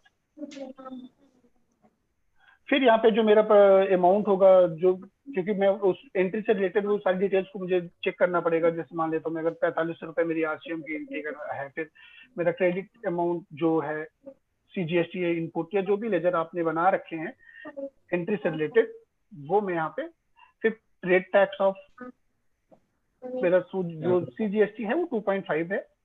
फिर यहाँ पे टैक्सेबल वैल्यू जो भी है वो यहाँ पे हम डालेंगे। एज इट इज ऑप्शन है मेरा एसजीएसटी का, और इसे मैं बुक कर दूंगा। तो हो सकता है अमाउंट में थोड़ा वेरिफिकेशन होगा, क्योंकि मैंने अपने हिसाब से अमाउंट लिया है, बट मुझे पर्टिकुलर उस अमाउंट के अगेंस्ट में एंट्री को सेलेक्ट करना था। तो ये जो मेरा अमाउंट है उसके अगेंस्ट में आप देख क्रॉस ऐड होता है, फिर यहाँ पे जो भी मेरी लायबिलिटी होती है वो बुक्ड हो जाती है।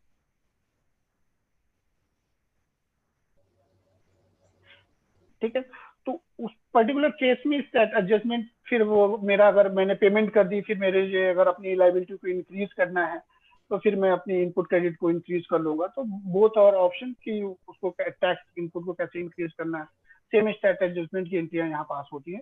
उससे रिलेटेड कुछ हैं तो वो आप tellysolutions.com पे भी जाके, आप जो टैली की ऑफिशियल साइट है वहां पे भी जाके आप इस एंट्री को चेक कर सकते हैं और क्रॉस कर सकते हैं कि वो वहां पे कैसे उन्होंने फॉलो किया हुआ है। उस पूरी एंट्री का कैसे आप पास करेंगे वो पूरा फॉलो किया होगा। तो सौरभ जी, ये जो इनपुट एडजस्टमेंट है आरसीएम का जी, और जो लाइबिलिटी है, तो ये यहाँ जो टेबल नंबर में 4 पॉइंट आ रहा है एलिजिबल आईटीसी, बिल्कुल। तो ये क्या ऑटोमेटिकली एंट्री पास करने के बाद यहाँ भी आ जाएगा और लाइबिलिटी में भी आ जाएगी? एंट्री सेकंड है। मैं अगर बात करूं तो एंट्री सिर्फ और सिर्फ मेरे लिए है, मतलब मेरी बुक के लिए होता है। मतलब मैं बात करूं तो क्या होता है, जब मैं लाइबिलिटी अपनी पहले टैक्स की लाइबिलिटी वो बढ़ाऊंगा तो फिर मैं पहले गवर्नमेंट को पे करूंगा। ठीक है, उसे अगले महीने हम एडजस्ट करते हैं। तो अगर मैं बात करूं तो टैली डिफॉल्ट में अगर आपने 3B की एंट्री, जो मैंने रिवर्स चार्ज मैकेनिज्म में जो एंट्री पास करने का तरीका आपको बताया है, अगर आप वो पास करते हैं तो आप लाइबिलिटी नहीं भी क्रिएट करते हैं, जो कि अभी मैंने क्रिएट की है, अगर आप नहीं भी क्रिएट करते हैं तब भी आपकी वो जीएसटीआर 3B में शो करेगा। लाइबिलिटी आपको बनाने की जरूरत नहीं है। जीएसटीआर 3B में आप उसे जैसे ही रिटर्न पे जाएंगे वो ऑटो पॉपुलेटेड है कि रिवर्स चार्ज की मैकेनिज्म में जो भी टैक्स की आईटीसी होगी वो ऑटोमेटेड आपको जीएसटीआर 3B में शो करती है। ठीक है। तो स्टैट एडजस्टमेंट की एंट्री वो सिर्फ और सिर्फ मेरी बुक ऑफ अकाउंटिंग के लिए है कि सबसे पहले मैं टैक्स की लायबिलिटी बढ़ाऊंगा, क्योंकि फिर मुझे उस पर्टिकुलर सीजीएसटी और एसजीएसटी या आईजीएसटी जो भी अमाउंट है उस अमाउंट को मैं पे करूंगा गवर्नमेंट को। फिर उसी के बाद उसका मैं क्या कहते हैं इनपुट क्रेडिट करते हैं हम, और फिर वो मेरा पर्टिकुलर लेजर एडजस्ट हो जाता है जो मेरा हेड है, और उसके बाद मेरा इनपुट ऑटोमेटिक इंक्रीज हो जाता है। बट अगर मैं बात करूं जीएसटीआर 3B में तो ये एंट्री ऑटो पॉपुलेटेड है, आपको ऑटो शो करेगी। ठीक है सर, ठीक है सर। फर्दर कोई क्वेरी या कोई क्वेश्चन है या कोई मैसेज बॉक्स में कोई क्वेरी आ रही है इससे रिलेटेड तो आप आशीष। सौरभ जी। जी सर। एक क्वेरी आई हुई थी पहले बीच में, जब आप लेजर वगैरह से रिलेटेड बता रहे थे जीएसटी का, जो जीएसटीआर 1 के बारे में। तो अगर किसी यूजर ने जब लेजर बनाया तब तो जीएसटी नंबर नहीं डाला और उसने एंट्री कर दी और बाद में उसने जीएसटी नंबर अपडेट किया, तो वो क्या ऑटोमेटिकली उससे रिलेटेड सारे ट्रांजैक्शंस अपडेट हो जाएंगे या उससे नहीं सर, नहीं, टैली में नहीं होता है, वो आपको 1 to 1 करना पड़ता है। इसका मतलब इसके दो कंसर्न है। फर्स्ट ऑफ कंसर्न ये है कि अगर इसको थोड़ा सा मैं आ जाता हूँ सर, दो प्रोसेस में ले लेता हूँ कि अगर मैं मान लेता हूँ कि मेरी एक कोई एंट्री थी जो 2 महीने पहले की थी, ठीक है, और एक एंट्री आज हुई है और पार्टी ने मुझे जीएसटी नंबर दे दिया, अगर मैं 2 महीने पहले की बात करूं तो मेरी GSTR1 की जो GSTR1 की मेरी सप्लाई है for the month of April या for the month of May, मैं दोनों में कोई भी ले लूं तो मेरी क्या कहते हैं रिटर्न जा चुकी है। उस केस में वो पार्टी क्या है अनरजिस्टर्ड शो होगी और उसके रिटर्न में सबमिट कर दूंगा। ऐसा तो मैं करूंगा नहीं सर कि मैं पर्टिकुलर पार्टी को होल्ड कर दूं। अब इस महीने उस पार्टी ने GST नंबर दे दिया मुझे, तो ट्रांजेक्शन में क्या है कि मैं मुझे हर एक ट्रांजेक्शन पे जाके उसके GST नंबर को ऐड करना होगा अगर मुझे उसको रिटर्न GST में शो करना है तो। अदरवाइज टैली क्या करता है कि जो उसके बाद की ट्रांजेक्शन पे वो GST नंबर को अप्लीकेबल करता है। जितनी ट्रांजेक्शन हो चुकी है उनमें मैनुअली आपको अप्लीकेबल करना पड़ेगा। तो बेस कंसर्न ये है क्योंकि अगर मेरी कोई ऐसी एंट्री है जो कि रिटर्न पे जा चुकी है फिर उसे मैं टैक्सेबल तो नहीं दिखा सकता। फाइन समझ गया। ये क्वेरी यूट्यूब पे ही आई हुई थी इसलिए मैं ओके। एंड फर्दर कोई क्वेरी सर है तो वो कर सकते हैं। अदर देन शशि हम लोग हमारे साथ लाइन पे हैं। निरंजन सर लाइन पे हैं तो निरंजन सर कुछ बताना चाहेंगे आप? सौरभ पहले हम उसके बारे में देखेंगे कल जो रह गया था ब्राउजर, वेब ब्राउजर। ओके, तो सर फिर मैं ही शो करा देता हूँ वेब ब्राउजर को कि how to access Tally on web browser. Browser and remote access, जैसे करण सर ने कल पूछा था, एक क्वेरी है सभी लोगों की। एक रिमोट एक्सेस के बारे में और पूछा गया था कि रिमोट एक्सेस के बारे में। ठीक है। तो 2 ऑप्शन हम दोनों एक साथ शो कराते हैं सर। तो first of Tally on remote access and Tally on web browser, both are the default options in standard Tally. दोनों ऑप्शन है मतलब डिफॉल्ट स्टैंडर्ड टैली के अंदर, और उसे हम एक्सेस कर सकते हैं एनी टाइम एनीवेयर। मतलब अगर मेरा सर्वर ऑन है तो मैं उसे कभी भी और कहीं से भी एक्सेस कर सकता हूँ, उसे कोई लिमिटेशन नहीं है। Browser and Tally remote access दोनों में डिफरेंस क्या है? जो मेरी ब्राउजर एक्सेस रिपोर्ट है ब्राउजर एक्सेस है उस पर सिर्फ व्यू रिपोर्ट डाटा है। मतलब कि कोई भी जो भी मेरी टैली या जो मेरी कंपनी है उसकी रिपोर्ट्स को मैं ब्राउजर पे एक्सेस कर सकता हूँ। वो थ्रू द आप मोबाइल भी कर सकते हैं, थ्रू द मतलब एनी एप्लीकेशन या एनी डिवाइस के थ्रू आप कर सकते हैं जहां से हम ब्राउजर लॉगिन कर सकते हैं, चाहे वो मैक हो, चाहे वो मोबाइल हो, चाहे किसी भी डिवाइस से। देन सेकेंड ऑप्शन है रिमोट एक्सेस। तो रिमोट एक्सेस पे क्या है कि एज इट इज टैली आपकी दूसरी लोकेशन पे हम एक्सेस कर सकते हैं, depend upon the internet speed. थोड़े मतलब जो है वो इंटरनेट की स्पीड पे डिपेंडेंसी है। दूसरी लोकेशन से मैं सारी एंट्री पास कर सकता हूँ एंड क्या कहते हैं मैं डाटा व्यू कर सकता हूँ। As it is same Tally जो मेरा सर्वर पे है वही मेरा क्या कहते हैं एज इट इज टैली मेरी क्लाइंट लोकेशन पे चलता है जहां से मैं रिमोट एक्सेस कर रहा हूँ। तो both are option in Tally, और उनकी कॉन्फ़िगरेशन के लिए सबसे बेस्ट क्या करना है वो मैं आपको स्टार्ट करता हूँ till the start the point. तो सबसे पहले जो बेस है वो टैली का आपके पास सर्वर साइड में, मतलब अगर मैं एक किसी प्राइमरी साइड को सर्वर साइड मान लूं तो सर्वर साइड में आपके पास क्या कहते हैं वैलिड लाइसेंस होना चाहिए टैली का। देन वैलिड TSS होना चाहिए। अगर आपका वैलिड TSS नहीं है तो आप ना तो रिमोट एक्सेस कर सकते हैं ना ही वेब ब्राउजर एक्सेस कर सकते हैं। ठीक है, तो देन ये तो बेस है टैली का सर्वर एंड पे। फिर सर्वर एंड पे हमें क्या जरूरत होती है कि टैली ओपन होना चाहिए, इंटरनेट की कनेक्टिविटी होनी चाहिए, और फिर पर्टिकुलर कंपनी जो भी कंपनी मुझे टैली में एक्सेस करनी है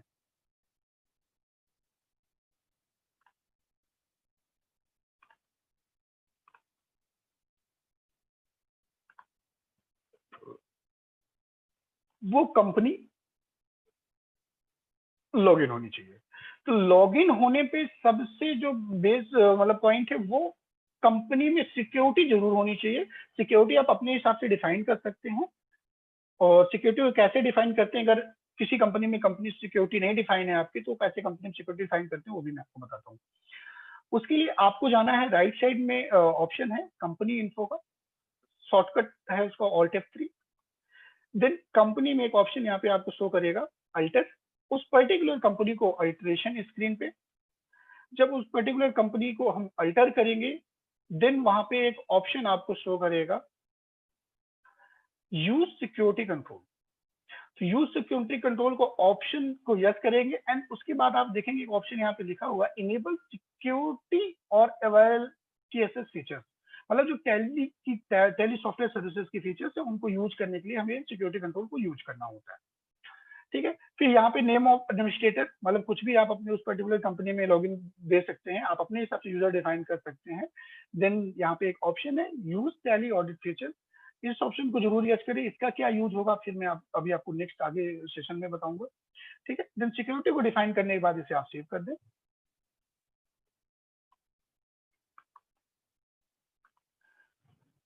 अब मेरी पर्टिकुलर कंपनी में सिक्योरिटी मैंने डिफाइन कर दी है। अब इसे मैं रिपोर्ट और ब्राउजर पे एक्सेस करने के लिए जो कॉन्फ़िगरेशन है दोनों की बिल्कुल सेम है।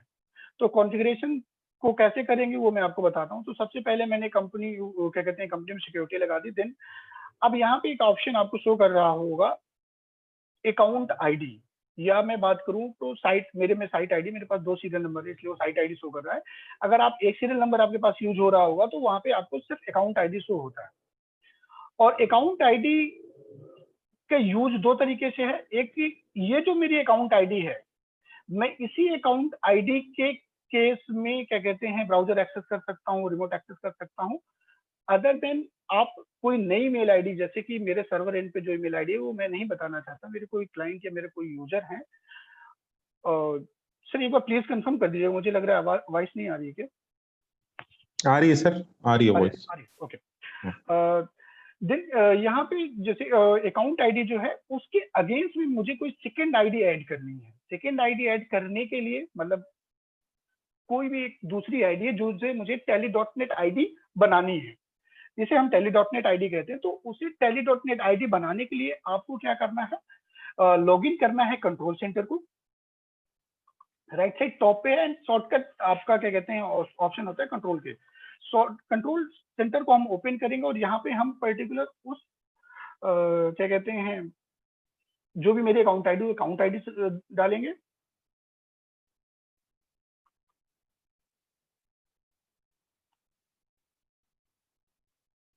एंड देन जो tally.net का पासवर्ड है उसे हम डाल के यहाँ पे लॉगिन करेंगे।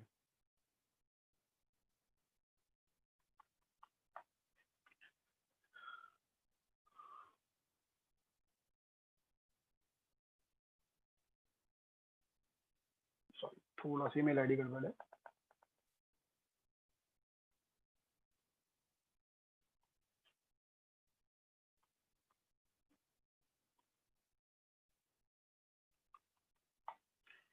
ठीक है, कंट्रोल सेंटर को लॉगिन करने के बाद आपको सबसे पहले जो है नई मेल आईडी को डिफाइन करने के लिए आपको जाना है यूजर मैनेजमेंट पे। यूजर मैनेजमेंट पे आप जाएंगे तो यहाँ पे एक जो भी आपकी मेल आईडी, जो भी आपकी अकाउंट आईडी होगी वो आपकी ओनर आईडी ऑलरेडी शो कर रही होगी। ठीक है, तो अगर मुझे सेकंड नई आईडी कोई ऐड करनी है तो we can press the enter and और हम यहाँ पे स्टैंडर्ड यूजर बनाएंगे, ना कि एडमिन यूजर। हमेशा दूसरी मेल आईडी को स्टैंडर्ड यूजर बनाए और फिर वहां पे हम उस पर्टिकुलर मेल आईडी को डिफाइन कर देते हैं। तो मैं अपनी मेल आईडी एक डिफाइन कर देता हूं अभी इसके अगेंस्ट में रिमोट एक्सेस और ब्राउजर एक्सेस यूज करने के लिए। कॉन्फ़िगरेशन बोथ मतलब दोनों ऑप्शन के लिए सेम है, चाहे वो ब्राउजर हो चाहे वो रिमोट हो। यहाँ पे एक ऑप्शन आपको शो कर रहा है tally.net यूजर, उस ऑप्शन को जरूर यूज करें। अब अगर आपके पास सिंगल सीरियल नंबर होगा तो आपको साइट आईडी का ऑप्शन नहीं शो करेगा। अगर मल्टीपल सीरियल नंबर है तो मतलब ऑल्सो आपको शो करेगा कि उसके साइट की साइट आईडी, जो यहाँ पे आप साइट आईडी देख रहे हैं बॉटम पे, उस साइट आईडी के अगेंस्ट में कौन सी साइट आईडी पे आप उसको कॉन्फ़िगर करेंगे। तो मैं सिंगल यूजर यूज कर रहा हूँ तो मैंने सिंगल यूजर पे यूज कर इसको डिफाइन कर दिया और इससे मैंने सेव कर दिया। जैसे ही आप यहाँ से सेव करेंगे ऑटोमेटिक आपके क्लाइंट ईमेल आईडी, मतलब जो अभी नई मेल आईडी हमने ऐड की है उस पे एक ऑटो मेल जाएगी टैली की तरफ से कि ये मेल आईडी आपकी tally.net आईडी क्रिएट कर दी गई है फॉर दिस सीरियल नंबर। इस सीरियल नंबर के अगेंस्ट में आपकी ये ईमेल आईडी को क्रिएट कर दिया गया है। ठीक है, देन मैं कंट्रोल सेंटर को लॉग आउट करके अपनी मेन स्क्रीन पे आ जाऊंगा। अब मुझे पर्टिकुलर जो अब कंट्रोल सेंटर पे तो वन टाइम ही डिफाइन करना है, बट अगर मेरे पास मल्टीपल कंपनी है और मुझे उसी यूजर को लॉगिन देना है तो मैं मल्टीपल कंपनी में डिफाइन करूंगा उसे। ठीक है, अब कैसे डिफाइन करना है पर्टिकुलर, अब उस कंपनी में उस मेल आईडी को डिफाइन करना है for the remote access and for the web browser. उसके लिए आपको जाना है सेम ऑप्शन कंपनी इन्फो। जब आपकी पर्टिकुलर कंपनी में सिक्योरिटी होगी तो यहाँ पे आपको वो सिक्योरिटी कंट्रोल का एक ऑप्शन शो करेगा। हम सिक्योरिटी कंट्रोल के ऑप्शन पे जाएंगे, फिर यहाँ पे 3 ऑप्शंस आपको शो करेंगे। First of user and password, second one is types of security, third is password policy. तो हमें सबसे पहले जो है वो सेकंड वाले ऑप्शन टाइप्स ऑफ सिक्योरिटी पे सिक्योरिटी लेवल को डिफाइन करना है कि मेरा रिमोट यूजर या वेब ब्राउजर यूजर वो एक्सेस करेंगे। तो उन केस में मुझे रिमोट यूजर या वेब ब्राउजर यूजर के लिए टाइप्स ऑफ सिक्योरिटी को डिफाइन करना है। तो जैसे मैं यहाँ पे टाइप्स ऑफ सिक्योरिटी डिफाइन करूंगा तो मेरे पास ये टॉप की 4 सिक्योरिटीज ऑलरेडी टैली डिफाइंड है for the data entry, tally.net user, tally.net auditor and tally.net owner. अगर मैं बात करूं तो सर तीनों सिक्योरिटी सेम है, मतलब tally.net user, tally.net auditor and tally.net honour, और तीनों में मैं सेम कॉन्फ़िगरेशन कर सकता हूं, बट होनी चाहिए मेरी tally.net ही। अब मैंने tally.net यूजर को एंटर किया, यहाँ पे एक ऑप्शन आपको शो करेगा यूज बेसिक फैसिलिटीज ऑफ। तो ये कौन सी सिक्योरिटी को डिफाइन करेंगे? तो यहाँ पे आपको डाटा एंट्री अगर शो करा है तो यहीं पे आप स्पेस प्रेस करिए और यहाँ पे आपको सारी सिक्योरिटीज जो है वो राइट साइड में सिक्योरिटी लिस्ट आपको डिफाइन हो शो कर जाएंगे, और यहाँ पे मैं tally.net यूजर को सिलेक्ट कर दूंगा और उसे एंटर कर दूंगा। ठीक है, फिर फर्दर जो सिक्योरिटीज हम नॉर्मल टैली में यूजर्स को लगाते हैं वैसी सिक्योरिटीज हम डिफाइन कर सकते हैं कि मैं पर्टिकुलर जो मेरा रिमोट यूजर है या जो मेरा वेब ब्राउजर यूजर है उन्हें हम क्या सिक्योरिटीज रिस्ट्रिक्ट करते हैं, क्या क्या रिपोर्ट रिस्ट्रिक्ट करते हैं, उस हिसाब से डिफाइन कर सकते हैं। एंड रिमोट यूजर पे क्या क्या रिस्ट्रिक्ट करना है उसके हिसाब से सिक्योरिटी डिफाइन कर सकते हैं। फिर यहाँ पे एक ऑप्शन आपको मिलेगा allow connect to company, sorry company to connect, एक यहाँ पे एक ऑप्शन है, इसे जरूर यस करें। एंड फर्दर यस करने के बाद इसे हम कंट्रोल ही करके 2 बार सेव कर देते हैं, अदरवाइज आप इंटर करके भी सेव कर सकते हैं, बट मल्टीपल टाइम्स इंटर आपको करना पड़ेगा। ठीक है, फर्स्ट टाइम कंट्रोल तो देन फर्स्ट स्क्रीन सेव होती है, सेकंड टाइम कंट्रोल अगर हम करेंगे तो मेरी सेकंड स्क्रीन सेव हो गई, मैं मेन स्क्रीन पे अपने आ जाऊंगा। ठीक है, फिर उसके बाद मैं यूजर एंड पासवर्ड पे जाके अपने यूजर्स को डिफाइन करूंगा। तो ये मेरे नॉर्मल यूजर हैं जो ऑलरेडी क्रिएटेड हैं। यहाँ पे अब मैंने जो मेरा सिक्योरिटी लेवल जो मैंने डिफाइन किया था रिमोट एक्सेस के लिए या वेब ब्राउजर के लिए, मैंने वो डिफाइन किया था tally.net यूजर। इस सिक्योरिटी लेवल को मैं सेलेक्ट करूंगा और फिर यहाँ पे मैं यूजर नेम डिफाइन करूंगा जो मैंने अपनी मेल आईडी डिफाइन की थी कंट्रोल सेंटर पे, या मैं अपनी अकाउंट आईडी से ही यूज करना चाहता हूं तो वो दोनों में, मतलब जो भी मेल आईडी से मुझे एक्सेस करना है वो ईमेल आईडी आपको उस कंपनी में डिफाइन जरूर करनी पड़ेगी। ठीक है, तो यहाँ पे मैंने tally.net यूजर को यस किया और फिर अपनी मेल आईडी को मैंने यहाँ पे एंटर किया। जैसे आप यहाँ पे एंटर करेंगे तो आप देखेंगे तो पर्टिकुलर मेल आईडी जो है वो फिर से आपसे मेल आईडी पूछ रहा है और पासवर्ड को स्किप कर गया है। ठीक है, तो यहाँ पे मैंने पासवर्ड तो मेरा ऑटो जनरेटेड है जो पोर्टल पे आ गया है, आपकी मेल आईडी पे आ गया है। फिर यहाँ पे एक ऑप्शन शो करेगा अलाउ ब्राउजर एक्सेस। अगर मुझे उस ईमेल आईडी को ब्राउजर पे एक्सेस देना है तो I can select the option allow browser access, अगर नहीं देना है तो मैं उसे नो करके रिमोट एक्सेस को यस कर सकता हूँ। फिर अलाउ रिमोट एक्सेस जो कि मतलब दूसरी लोकेशन पे यूज करना है फॉर द रिमोट टैली, मतलब टैली के थ्रू ही यूज करना है। And third one is allow local TDL. जैसा कि सर आपसे क्या कहते हैं शुरू में डिस्कशन हुआ था कि टीडीएल जो टैली की कस्टमाइज फीचर है जो आपकी लोकल टैली पे ऑलरेडी क्या कहते हैं डिफाइंड है, उसे हम कैसे, उसे भी हम ऑप्शन यस कर देंगे तो वो भी आपको आपकी रिमोट लोकेशन पे शो करेगा।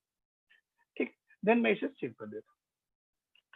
कंपनी सेव मतलब मैंने सिक्योरिटी डिफाइन कर दी, सारी डिटेल्स को सेट करने के बाद अब जो मेन पॉइंट है वो सबसे पहले आपको सेट करना है वो है टीएसएस फीचर्स को चेक कर लेना है कि यहाँ पे ब्राउजर एक्सेस को मैंने इनेबल कर रखा है, रिमोट एक्सेस इनेबल कर रखा है या नहीं कर रखा है। ठीक है, तो उसे मैं इनेबल करूंगा। उसको चेक करने के लिए क्या करना है, आपको जाना है F11 में फीचर्स, देन यहाँ पे एक ऑप्शन है TSS features, TSS tally software services. तो उस फीचर्स को हम यहाँ पे इनेबल करेंगे एंड मेरी कंपनी डिटेल शो कर जाएगी, वहाँ पे डिटेल्स हम सबमिट कर सकते हैं, कॉन्टेक्ट नेम, जिम नंबर। फिर यहाँ पे एक ऑप्शन आपको शो कर रहा है कनेक्ट फॉर ब्राउजर एक्सेस। जो मेरी कंपनी है वो ब्राउजर एक्सेस पे यूज होगी बिल्कुल। साथ में ही ऑप्शन एक शो कर रहा है connect to company tally.net services, मतलब ये मेरी company for remote access and synchronization and SMS module, जो टैली का मतलब ये दो फीचर्स इनेबल डिफॉल्ट फीचर है, सिंक्रोनाइजेशन एंड रिमोट एक्सेस, तो उनके लिए भी यूज होगा। तो मैं यहाँ पे tally.net सर्विसेज को यस करूंगा। और एक यहाँ पे ऑप्शन है company on loading. Company on loading का बेस यूज ये है कि जब भी कंपनी आपकी ओपन होगी वो ऑटो कनेक्ट हो जाएगी tally.net सर्वर से। तो इस ऑप्शन को भी इनेबल कर देते हैं, ठीक है। देन इसे हम सेव कर देते हैं। सेव करने के बाद अगर मैं कंपनी कनेक्ट ऑन लोडिंग की को शो करना है तो मैं उसे आपको दिखा देता हूँ। कंपनी सेट करके मैं फिर से वही कंपनी ओपन करता हूँ, यूजर आईडी पासवर्ड मैंने एंटर किया एंड आप देखेंगे थोड़ा सा पॉपअप विंडो है and then company already connected to the tally.net server, ठीक है। तो कंपनी डायरेक्टली मेरी tally.net सर्वर से कनेक्ट हो गई है।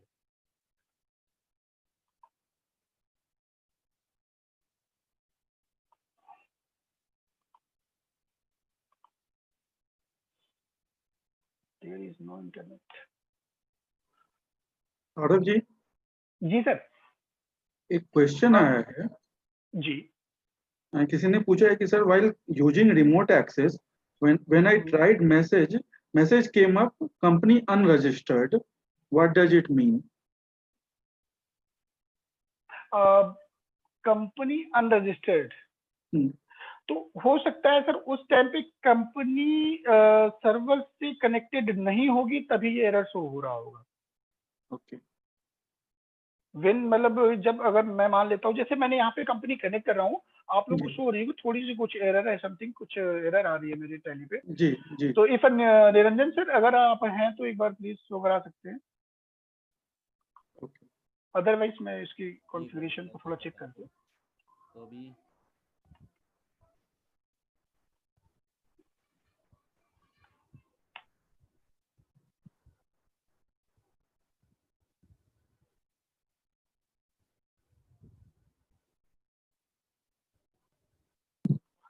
तो अगर ऐसी कोई भी एरर है तो ये आपको जरूर शो करना देखना होगा। निरंजन सर आई थिंक हो गया है तो मैं अब दिखा दूंगा, कनेक्ट हो गया तो मैं शो कराता हूँ। वैसे मैंने आपको एक्सेप्ट कर लिया है, ठीक है।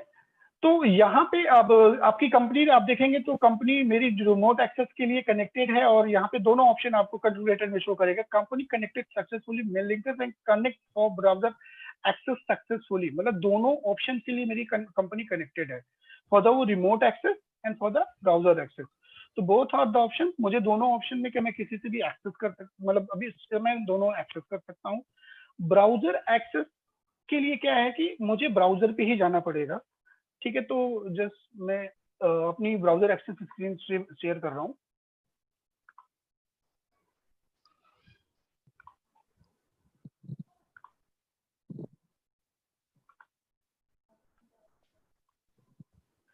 ठीक है, तो आप टैली की ऑफिशियल साइट आपको ओपन करना है। ऑफिशियल साइट आप ओपन करेंगे तो जस्ट राइट साइड में आपको ऑप्शन शो करेगा लॉगिन का। जैसे ही आप लॉगिन करेंगे देन टैली क्या कहते हैं, आपको वहाँ पे tally.net आईडी एंड पासवर्ड आपसे पूछेगा। तो यहाँ पे हम अपनी tally.net आईडी, जैसे मैंने अपनी ईमेल आईडी को डिफाइन किया था पर्टिकुलर सीरियल नंबर पे और पर्टिकुलर कंपनी में, और यहाँ पे हम पासवर्ड को डिफाइन करेंगे, इंटर करेंगे और पासवर्ड इंटर करने के बाद मैं टैली लॉगिन करूंगा। तो जैसे ही आप टैली लॉगिन करेंगे आप देखेंगे कि यहाँ पे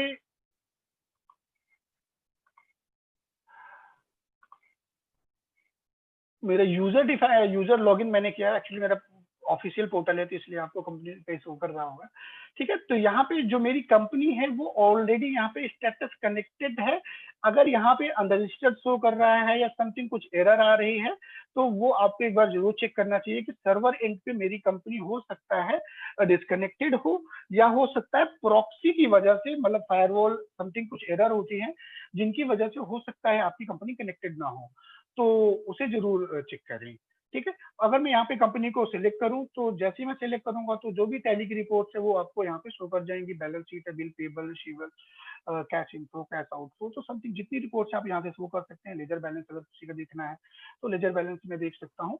and we can also download other than, यहाँ पे अगर आप पीरियड चेंज करना चाहते हैं, जैसा कि डिफॉल्ट टैली का ऑप्शन होता है कि अगर क्या कहते हैं मुझे पीरियड चेंज करना है तो फॉर द पीरियड आप चेंज करके भी यहाँ पे एंट्री को हम चेक कर सकते हैं।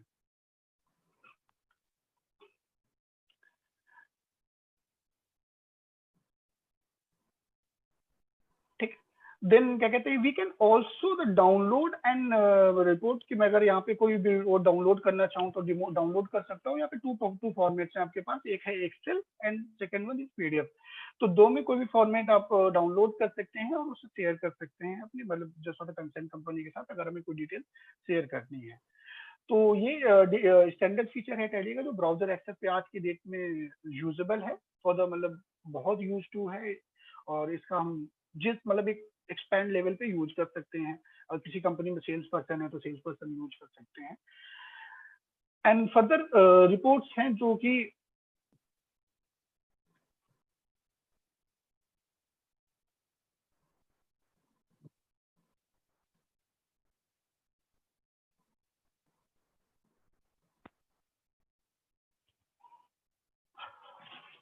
सर करण सर आवाज क्लियर है मेरी? जी जी क्लियर है। ओके, तो देन यहाँ पे हम रिपोर्ट्स को डाउनलोड भी कर सकते हैं।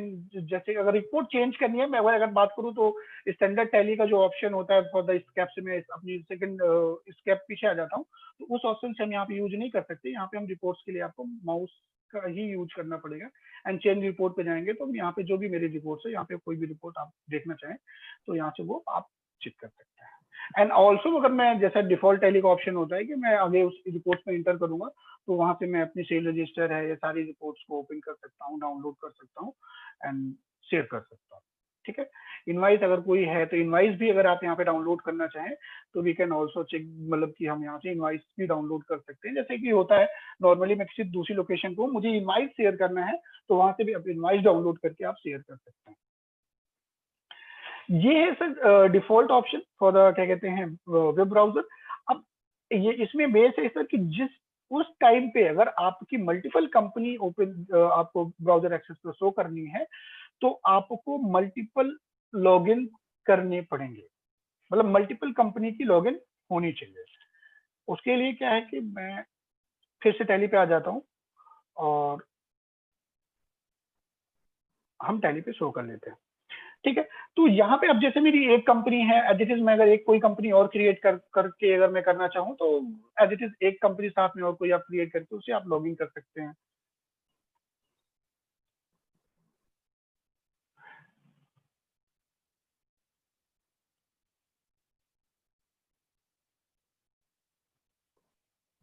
सॉरी, सेलेक्ट कंपनी किया, मान लीजिए मेरे डेमो एक कंपनी है, मैं इस कंपनी को अगर करंट में मुझे क्या कहते हैं लॉगिन करना है वेब ब्राउजर पे तो ये भी मेरी कंपनी सिक्योरिटी डिफाइन होनी चाहिए। फिर देन इस कंपनी के अंदर भी मुझे जो सिक्योरिटी कंट्रोल पे यूजर्स डिफाइन करना है सेम मैं यूजर्स को डिफाइन करूंगा और क्या कहते हैं एज इट इज मैं उसे लॉगिन कर लूंगा।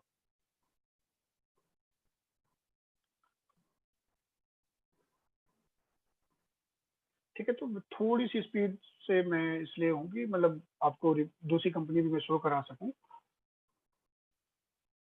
एंड ब्राउजर एक्सेस को मैंने यस किया और रिमोट एक्सेस को यस किया एंड देन मैं इसे सेव कर देता हूँ। As it is same option, फिर से मैं टीएसएस फीचर्स को चेक करूंगा इस कंपनी में कि इस कंपनी से रिलेटेड जो मेरे टीएसएस फीचर है वो ऑलरेडी इनेबल्ड है या नहीं है। तो रिमोट एक्सेस को मैंने यस किया, company on loading and then save किया। और यहाँ पे आप फिर से एक ऑप्शन आपको से कनेक्ट का ऑप्शन शो करेगा और मैं यहाँ पे कंपनी कनेक्ट करूंगा। जैसी ही मेरी ये कंपनी कनेक्ट होगी मैं अपनी सेम ब्राउजर रिपोर्ट पे 2 मुझे कंपनियां शो करने लगेगा और वहां से मैं अपनी रिपोर्ट्स को चेक कर सकता हूँ। फिर से मैं अपनी ब्राउजर रिपोर्ट्स पे आ रहा हूँ सर, जिससे मैं आपको रिपोर्ट दिखा सकूं कि अगर मेरे पास मल्टीपल कंपनीज हैं तो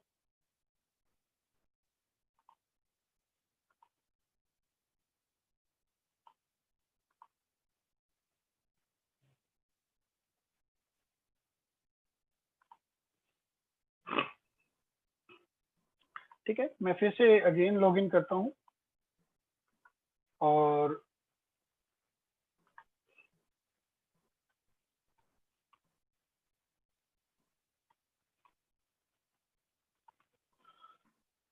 यहाँ पे जैसे ही आप लॉगिन करेंगे तो अकाउंट यूजर पे, अब आप यहाँ पे अगर मैं अकाउंट यूजर को सिलेक्ट करूँ तो यहाँ पे आप देखेंगे 2 कंपनी शो कर रहा है मुझे। एक ही टाइम पे मैं 2 कंपनी अपनी एक्सेस कर सकता हूँ क्योंकि मेरी दोनों कंपनी tally.net से कनेक्टेड है। जब तक यहाँ पे कंपनी कनेक्टेड नहीं होगी तब तक आप या तो ब्राउजर एक्सेस की बात करूँ वो भी नहीं आप एक्सेस कर सकते, और रिमोट एक्सेस की बात करूँ तो वो भी नहीं आप कर सकते। ब्राउजर पे सिर्फ और सिर्फ व्यू रिपोर्ट डाटा है, वो मोबाइल से आप लॉगिन कर सकते हैं, मतलब किसी भी डिवाइस से आप लॉगिन करके आप व्यू कर सकते हैं। देन मैं सेकेंड पॉइंट पे अपने आता हूँ, टैली ऑन रिमोट एक्सेस, कि मैं टैली को कैसे रिमोटली एक्सेस कर सकता हूँ। तो मेरी प्राइमरी लोकेशन जो मेरी सर्वर लोकेशन है वहां पे लाइसेंस होना मैंडेटरी है, बट अगर मैं सेकेंड लोकेशन की बात करूं या जो मेरी क्लाइंट लोकेशन है जहां से मुझे रिमोट एक्सेस यूज करना है, तो वहां पे लाइसेंस का होना मैंडेटरी नहीं है। वहां पे सिर्फ सेटअप डाउनलोड होना चाहिए। एंड क्या कहते हैं, हम कोशिश करेंगे जो मेरा वर्जन सर्वर का है सेम वर्जन हो, या तो 1-2 रिलीज ऊपर नीचे कर सकते हैं, बट एजुकेशनल मोड टैली मेरे पास ऑलरेडी इंस्टॉल्ड होना चाहिए क्या कहते हैं क्लाइंट लोकेशन पे। ठीक है, सेम ऑप्शन है यहाँ पे, जो सारी सिक्योरिटीज मैंने ब्राउजर के लिए की है सेम टैली रिमोट एक्सेस के लिए होगी, और दूसरी लोकेशन से मैं टैली को कैसे एक्सेस कर सकता हूँ वो मैं आपको दिखाता हूँ। ठीक है, दोनों में डिफरेंस है, वो आपको लॉगिन सारी चीजें आपको बता दूंगा मैं। रिमोट एक्सेस पे हम कर क्या सकते हैं, सारी एंट्रियां प्रोसीड कर सकते हैं, सारे क्या कहते हैं ऑप्शंस को शो कर सकते हैं। अब जैसा कि मेरे सर्वर साइड से ऑलरेडी टैली कनेक्टेड है, एंड जब आपकी क्लाइंट लोकेशन होगी तो वहां पे लाइसेंस नहीं शो करेगा, टैली एजुकेशन मोड पे शो करता है, और वहां पे एक ऑप्शन शो करता है login as a remote user. अगर आप हो सकता है ऑपरेशन स्क्रीन से आगे पीछे आ जाएंगे तो फिर वहां पे select company and login as a remote user आपके एजुकेशन मोड पे भी शो करता है। ठीक है, तो यहाँ पे login as a remote user मैं करूंगा, एंड सेम जो मेरी मेल आईडी थी वो मैं मेल आईडी डालूंगा, और पासवर्ड जो मेरा tally.net का था वो मैं एंटर करूंगा, और जैसे एंटर करूंगा। जैसे आप एंटर करेंगे तो जैसा आपने ब्राउजर एक्सेस में देखा था, मेरी 2 कंपनियां एक साथ मुझे लॉगिन शो हो रही थी कि ऑनलाइन है, as it is same remote access में है, मुझे सारी कंपनियां शो हो रही हैं कि लॉगिन है। और यहाँ पे मैं जो भी मुझे कंपनी लॉगिन करना है उस कंपनी को मैं लॉगिन कर सिलेक्ट करूंगा और ओपन कर लूंगा, और डायरेक्टली मेरी कंपनी ओपन हो जाएगी। ठीक है, तो एज इट इज मैंने कोई रिस्ट्रिक्शन नहीं दी है, तो सारी एंट्रियां आपको शो हो रही हैं। बस इन दोनों में एक ही डिफरेंस आपको शो हो जाएगा कि जब भी आप रिमोट यूजर लॉगिन होंगे तो राइट साइड में आपको मेरा माउस आपको शो होगा रिमोट यूजर का क्या क्या detail, remote user ID and remote login का टाइम एंड सेशन, वो आपको पूरा ड्यूरेशन यहाँ पे बताता रहेगा। और आई कैन डू दैट, मतलब मैं यहाँ से सारी चीजें कर सकता हूँ जो मुझे एडमिन ने राइट्स दिए हैं। अगर मैं यहाँ से एंट्री कोई मॉडिफाई करना चाहूँ तो यहाँ से मैं मॉडिफाई भी कर सकता हूँ। यहाँ से मैं कोई एंट्री डिलीट करना चाहूँ, अगर मुझे डिलीट का ऑप्शन दिया गया तो आई कैन डिलीट दैट। अगर मुझे क्या कहते हैं एंट्री करने का ऑप्शन है, मैं एंट्री करना चाहूँ तो एंट्री कर सकता हूँ। बट ये थोड़ा जैसे अब देख रहे हैं कि जसवदा एक नॉट रिस्पॉन्डिंग मोड पे थोड़ी देर के लिए ये डाटा इसलिए क्या कहते हैं थोड़ा स्लो चलता है रिमोट लोकेशन पे, क्योंकि मेरा जो सर्वर लोकेशन है और मेरी लोकेशन क्लाइंट लोकेशन पे डाटा ऑटोमेटिक फेच होता है, और मैं डायरेक्टली फेच होता है। अगर मेरा क्लाइंट लोकेशन बंद हो जाए तो मैं डाटा मतलब कोई वो नहीं, मेरा सर्वर लोकेशन अगर बंद हो जाता है तो मैं टैली अपने रिमोट लोकेशन पे नहीं चला सकता, इसलिए थोड़ा फेचिंग टाइम होता है। ठीक है, तो यहाँ पे अगर मैं कुछ भी चेंज करता हूँ रिलेटेड टू, जैसे मेरा 100 पीस है और अगर मैं इसे चेंज करना चाहूँ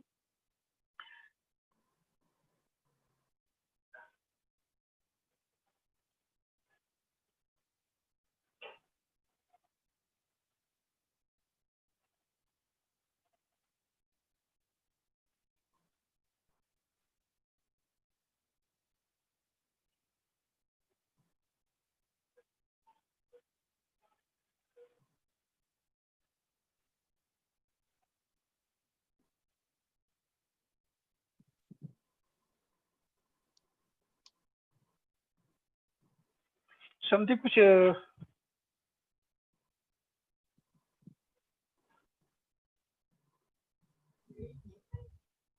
नेटवर्क इशू है, आई ठीक थिंक है मेरे को लग रहा सौरभ, है, गो इसलिए फॉरवर्ड। थोड़ा सा प्रॉब्लम है। अदर देन आगे चलते यही हैं ऑप्शन है यूज करने का। सर, कोई इशू नहीं है, आगे चलते हैं।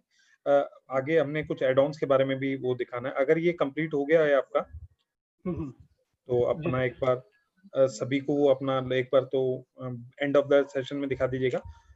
Niranjan ji, Karan ji, hello. Yes yes. Karan ji, वो 3 एड ऑन के बारे में बताना है, मैक्सिमम 5 मिनट्स के अंदर हो जाएंगे तीनों एड ऑन। ठीक है, आप डिस्कस कर लीजिए। छोटे छोटे हाँ एड ऑन है। मिस्टर निरंजन, हाँ हाँ। हाँ जी। हाँ प्लीज आप तीनों एड ऑन्स के बारे में थोड़ा सा बताएं और तो एलिब्रेट मैं करें। एक बार मैं अपनी स्क्रीन शेयर कर देता हूँ, तो साथ साथ थोड़ा सौरभ दिखा भी अपना, दूंगा आपको, ठीक है। सौरभ आप अपना बंद कर दीजिए स्क्रीन।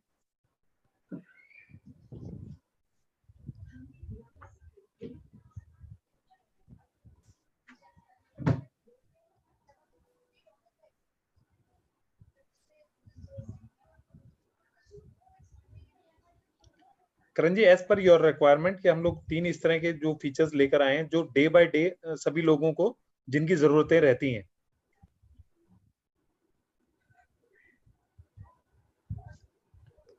ठीक है। मैं साथ में 3 ऐड ऑन तो जो बताऊंगा, ठीक है, लेकिन एक छोटा सा मैं इसमें ऐड और करूंगा, जो हमारा एक मॉड्यूल है एक्सेल टू टैली का। आज की डेट में ऐसे हम देखते हैं अभी हम कि सभी लोग ऑनलाइन मार्केटिंग पे, ऑनलाइन प्लेटफॉर्म पे सेल करते हैं। तो उनको सबसे ज़्यादा इशू क्या आता है कि जो ट्रांजेक्शन्स है बड़ी ही हैवी ट्रांजेक्शन्स होती हैं, बड़ी नंबर ऑफ ट्रांजेक्शन ज़्यादा होते हैं, तो एक एक करके फीड करना मुश्किल हो जाता है उनके लिए। और जितने भी ऑनलाइन प्लेटफॉर्म हैं सभी के सभी जो है एक्सेल के अंदर डाटा प्रोवाइड करते हैं। तो हमने उसके एक टूल बनाया हुआ है कि आप एक सिंगल क्लिक के अंदर मल्टीपल ट्रांजेक्शन एक टाइम पे इंपोर्ट कर सको आप। और उसके अंदर कुछ भी नहीं करना होता, उसके अंदर सिर्फ जैसे भी आप मेरी कंपनी देख रहे हैं, मैंने एक डमी कंपनी बनाई हुई है जिसके अंदर कोई भी ट्रांजेक्शन नहीं है अभी इसके अंदर। और कोई भी आपको टेम्पलेट कॉन्फ़िगर करना है, किसी भी शीट का फॉर्मेट है आपको, से आपको टेम्पलेट क्रिएट करना है आपको, और उसमें एक्सेल शीट को मैप करना है जैसे आपको स्क्रीन में दिख रहा है आपको। निरंजन जी, अपना माइक थोड़ा सा क्लोज लाइए। ओके, अब आ रही है वॉइस? हाँ जी। ठीक है। तो इसके अंदर जो कॉलम है, सिर्फ एक्सेल से देख के मुझे कॉलम मैप करने हैं। ये जो मुझे स्क्रीन दिखा रहा है एक्सेल में जो कॉलम है उनके कॉलम नंबर दिखा रहा है, कॉलम 1 2 3 4 5 6। जैसा वॉचर टाइप दिख रहे हैं, वॉचर टाइप कौन से कॉलम में है, वॉचर नंबर कौन से कॉलम में है, डेट कौन से कॉलम में है, पार्टी का नाम कौन से कॉलम में है। तो सिर्फ आपको ये डिफाइन करना है आपको। इसको डिफाइन करने के बाद सिर्फ आपको एक सिंगल क्लिक करना है इंपोर्ट फाइल पे। इंपोर्ट फाइल जैसे हम करते हैं, इधर सेल टैक्स का ऑप्शन है, मतलब सेल टैक्स मतलब सेल वाउचर है। मैंने एक सिंगल क्लिक किया है, प्रोसेस हुआ और मेरी ट्रांजेक्शन इंपोर्ट हो गई है। ये नंबर ऑफ ट्रांजेक्शन्स आप देख रहे हैं, अब ये इंपोर्ट हो गई है सारी सारी मेरी ट्रांजेक्शन्स। मतलब मैक्सिमम 10 सेकंड के अंदर मेरी 10 ट्रांजेक्शन्स इंपोर्ट हो गई हैं। तो जिसके अंदर अभी हम किसी भी स्टाफ को बैठाते हैं, मल्टीपल स्टाफ बैठाने पड़ते हैं हमें कि हाँ 100 ट्रांजेक्शन है, 200 ट्रांजेक्शन डेली की, उसके लिए हम दो दो चार चार स्टाफ बैठा के रखते हैं हम डेली के। तो इसके अंदर सारी ही ट्रांजेक्शन इंपोर्ट, मतलब ये नहीं सिर्फ सेल्स की, आप परचेज इंपोर्ट करना चाहते हैं, general voucher, credit note, debit note, सारी सारी ट्रांजेक्शन आप इंपोर्ट कर सकते हैं। अब साथ में मैं इसके साथ में अपने एक और एड ऑन के बारे में बताऊंगा एक बार मैं अपने। हमारा एक मॉड्यूल है ERP plus feature. ERP plus features में मैं अभी फीचर्स तो इसके अंदर 140 फीचर्स हैं अराउंड, मैं सबके बारे में नहीं बताऊंगा, लेकिन अभी फिलहाल जो हमारे इसके अंदर मेन फीचर है ओनर डैशबोर्ड का। तो अभी क्या होता है, सभी को जितने भी मैनेजमेंट है उनको एक रिपोर्ट चाहिए होती है कि उनके पूरे दिन के अंदर पूरा क्या हुआ, क्या वर्किंग हुई पूरे दिन के अंदर। तो हमने एक रिपोर्ट बनाई है ओनर डैशबोर्ड। एक सीधा सिंगल क्लिक करें और पूरी वो रिपोर्ट एक सिंगल मिनट में उनको पूरी रिपोर्ट मिल जाए उनकी।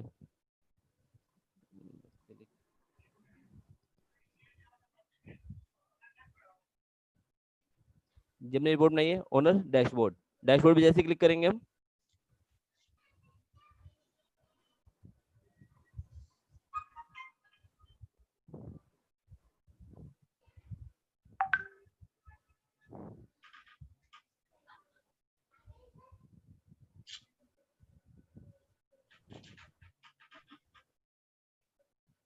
क्योंकि थोड़ा डाटा हैवी है इस कंपनी में।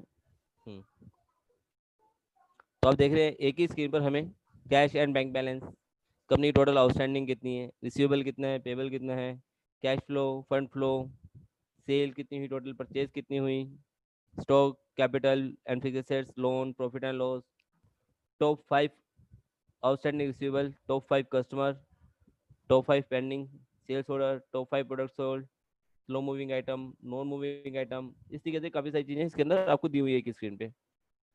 और इसके अंदर सबसे बड़ी चीज है कि आपको कोई भी रिपोर्ट देखनी है, आपको आप इधर से किसी भी विंडो पे डबल क्लिक करेंगे, आप सीधा उसके अंदर एंटर कर जाएंगे आप उसके अंदर।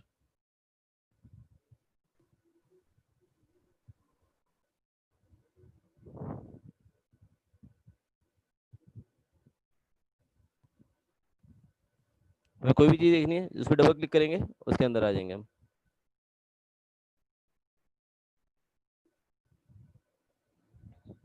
तो इससे क्या है कि एक ही स्क्रीन पर पूरे कंपनी की क्या पोजीशन है हमें सिंगल विंडो पे पता चल जाती है, एक सिंगल क्लिक पे।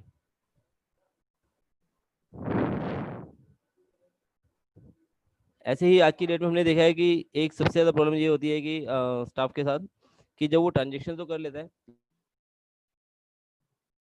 लेकिन जब हम उसके रिलेवेंट डॉक्यूमेंट मांगते हैं तो उसके डॉक्यूमेंट नहीं होते रिलेवेंट। तो अभी हमने उसके लिए क्या करें, एक अपना मॉड्यूल बनाया हुआ है डॉक्यूमेंट अटैचमेंट, कि जैसे ही कोई भी स्टाफ कोई एंट्री कर रहा है मान लीजिए, तो वो उसके साथ अटैचमेंट कर दे। मान लीजिए मैं एक ले लेता हूँ पार्टी,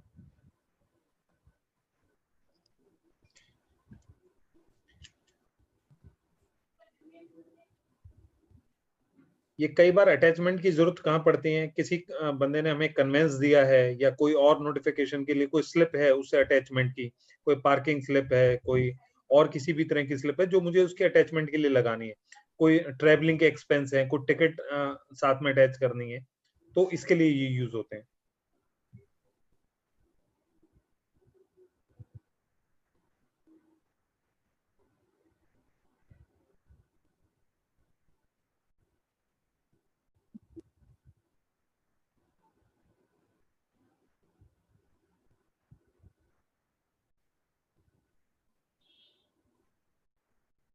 तो अभी हमने इसके अंदर क्या दिया, जैसे मान लीजिए कोई परचेज का डॉक्यूमेंट है मेरा, मैं आज परचेज का ट्रांजेक्शन कर रहा हूँ कोई भी। माइक रंजन जी। परचेज की ट्रांजेक्शन कर रहे हैं, हमने परचेज की नॉर्मल ट्रांजेक्शन करते हैं, जैसे हम पार्टी का नाम लिया हमने, किस पार्टी की ट्रांजेक्शन है वो,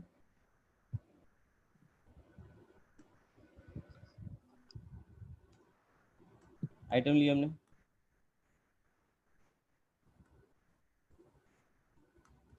अब हमने इधर एक ऑप्शन दे दिया attach document. Attach document yes करेंगे तो पूछेगा कि हाँ जी कौन सा इसकी जो परचेज है वो क्या है। जैसे हम परचेज का डॉक्यूमेंट आया हमारे पास, उसको स्कैन करें, उसको हम स्कैन करके अपने सिस्टम में सेव कर लें, तो उसकी लोकेशन डालेंगे इधर, वैसे सेव कर देंगे, ताकि ये फ्यूचर में हमारे रेफरेंस के हमारे सिस्टम में सेव होगी। हमें मैनुअल फाइल में जाके ना देखना हो कि हाँ जी उसकी अटैचमेंट कहाँ रखी थी, फाइल कहाँ रखा था, डॉक्यूमेंट कहाँ रखा था, वो चीज़ें ना करनी पड़े हमें। जैसे हम इसको देखेंगे, मान लीजिए अब मैं इस परचेज को खोलता हूँ, ये परचेज है, इधर ऑप्शन है शो अटैचमेंट का, जैसे जो मैंने अटैचमेंट करी वो इधर मेरे सामने आ गई व्यू। जैसे मैं इसे क्लिक करूंगा तो मेरे सामने वो ओपन हो गई है।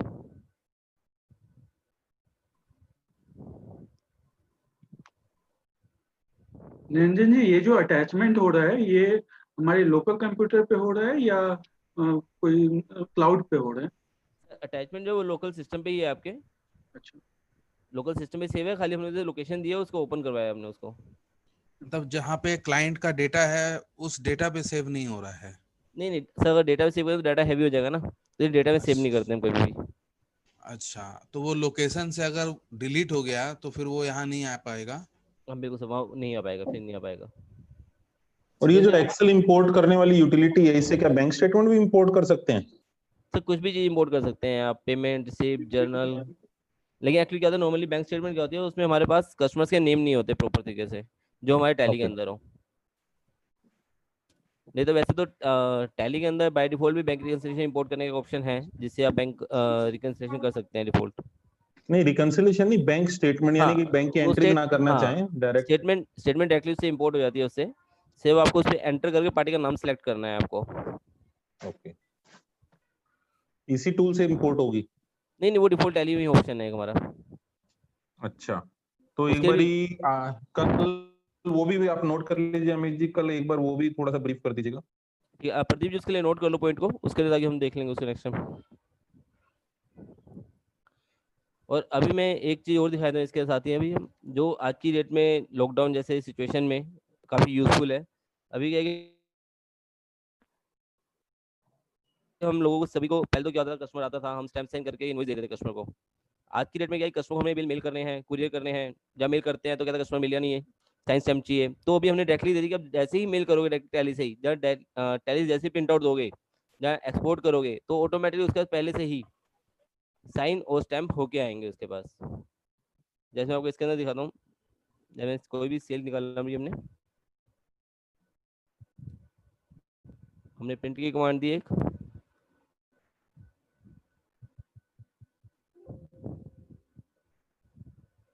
ये देख रहे हैं आप,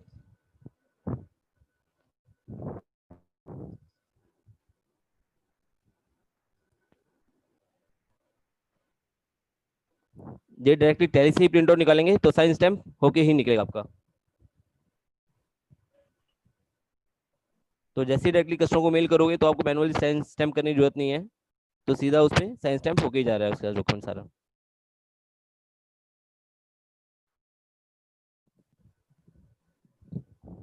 तो ऐसे ही काफी सारे एड ऑन्स हैं हमारे, जो हमारा ERP प्लस है उसके अंदर सारे बहुत सारे फीचर्स हैं उसके अंदर। सिक्योरिटीज कंट्रोल है उसके अंदर काफी सारे जैसे कई बार क्या होता है कि हम अपनी कंपनी में कंट्रोल करना चाहते हैं, कैश पेमेंट हम ज़्यादा रिसीव ना करें, 2 लाख से ज़्यादा रिसीव ना लें, या कैश पेमेंट ज़्यादा ना करें, कोई पर्टिकुलर यूजर है उसको पर्टिकुलर वॉचर टाइप्स के राइट्स देने हैं हमने। बहुत सारे ऐसे बहुत सारे फीचर्स है इसके अंदर। तो प्रदीप जी, इसमें है ना, ये एक काम और कीजिएगा, आप हमें जो मटेरियल शेयर करेंगे, जो हम व्यूअर्स के साथ शेयर करेंगे, उसमें ये सब एड ऑन्स जो हैं, व्यूअर्स की रिक्वेस्ट है कि एक टेंटेड जो भी इनका चार्जेस हैं एड ऑन्स के, उस चार्जेस के साथ जो भी एड ऑन्स हैं अवेलेबल, वो एक लिस्ट शेयर कर देंगे। तो क्या है ना, भी जिनको भी कोई जरूरत होगी तो वो G7 को कांटेक्ट करके और उस एड ऑन को एक्टिव करवा सकते हैं। एक मेरा पर्सनल सजेशन, आप समझ सकते हैं, अमित जी भी हैं यहाँ पे और आप लोग भी हैं, जैसे क्या है, हम लोग being a chartered accountant, being a professional, other softwares use करते हैं फाइलिंग के लिए, कंप्यूटेक्स वगैरह या कोई भी, तो वो लोग, उन लोगों ने क्या है, कस्टमर केयर सेंटर्स बना रखे हैं। कभी कोई प्रॉब्लम आई तो वो वहां पे हम लोग डिस्कस कर सकते हैं, क्योंकि हम लोग उनको हर साल पे कर रहे हैं एनुअल रिन्यूअल के लिए और उनका सॉफ्टवेयर लिया हुआ है। तो टैली का कोई ऐसा सपोर्ट सेंटर है क्या? यानी अगर है तो हमें नहीं पता, और नहीं है तो ऐसा कुछ होना चाहिए। तो करण जी, इस पे मैं आपको एड्रेस करना चाहूंगा कि टैली का सपोर्ट सेंटर एज सच जो हमारा सेंट्रलाइज सेंटर है वो बैंगलोर से ऑपरेट होता है, जहां पे आप डायरेक्टली कांटेक्ट करके टैली से रिलेटेड अपनी क्वेरीज सॉर्ट आउट कर सकते हैं। और ठीक है, दूसरा फॉर्मेट ये भी अवेलेबल है कि इफ अगर आपके कुछ क्वेश्चंस या कुछ सपोर्ट आपको चाहिए तो G7 एज अ पार्टनर आपको सपोर्ट आपकी क्वेरीज से रिलेटेड दे सकता है। अब वो डिपेंड करता है कि सपोर्ट जो है वो किस टर्म में अवेलेबल होता है। कुछ क्वेरीज होती हैं जो हमारे सेंटर वाले रिजॉल्व कर देते हैं, कुछ क्वेरीज में आपका लेके उसे रिजॉल्व कर दिया जाता है, और कुछ क्वेरीज ऐसी कस्टमाइज आती हैं जहां पर हो सकता है आपको कुछ कस्टमाइजेशन का काम कराना हो या फिर कुछ एक्स्ट्रा वर्क कराना हो, तो वो चार्जेबल बेसिस पे भी काम होता है। You can pursue with your particular partner, जो कि G7 इसमें एक्सपर्ट है। ओके, तो बेसिक लेवल की आपकी जो क्वेरीज हैं वो सारी जो है वो एड्रेसेबल है और सारी रिजॉल्व हो सकती हैं। और मेरा तो सजेशन है कि जब आपके पास इतना अच्छा पार्टनर अभी अवेलेबल है G7 एज अ पार्टनर, इनका अगर मैं आपको पूरा बैकग्राउंड शेयर करूं, so G7 as a partner is sales solution and implementation partner in north India, the second expert level in the terms of integration and source of implementation और services जो है second position grab करते हैं ये लोग in terms of services. तो आप होके यहाँ पे अपनी क्वेरीज पोस्ट कर सकते हैं। निरंजन है सोल्यूशन डिजाइनिंग और सोल्यूशन प्रोवाइडिंग में एक्सपर्ट है। प्रदीप है, ही is very much expert in sales and services.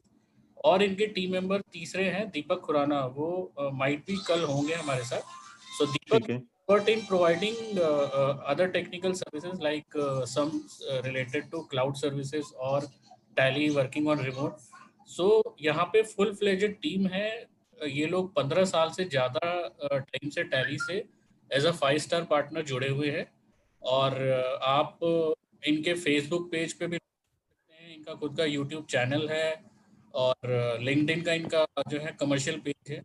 तो आप वहाँ पे जाके जो है बकायदा अपना जो भी क्वेरी है पोस्ट कर सकते हैं. और कल आपको सर्विस रिलेटेड सारे नंबर्स जो हैं वो कर दिए जाएंगे विद द मैट्रिक्स. तो जो भी आपका क्वेरी है या जो आपके कम्युनिटी मेंबर्स का क्वेरी है वो सारे रिजॉल्व कर दिए जाएंगे टाइमली बेसिस. ठीक है. तो सर्विसेज से रिलेटेड आपको कहीं बिल्कुल भी परेशानी नहीं आएगी, वो मैं गारंटी लेता हूँ. आप उसके लिए बिल्कुल बेफिक्र रहें, है ना. ठीक है. सर मैं कुछ ऐड करना चाहूंगा. हाँ जी. तो sir being the five-star certified partner, आप मतलब चार्टर्ड अकाउंटेंट आप कभी कोई भी हमें डायरेक्टली कॉल कर सकते हैं. ऑफिशियल नंबर भी हम आपको जो शेयर करते हैं. देन मेरा पर्सनल नंबर है, वो ऑलरेडी आपके पास राजीव का नंबर है, आप शेयर कर सकते, मतलब कॉल कर सकते हैं.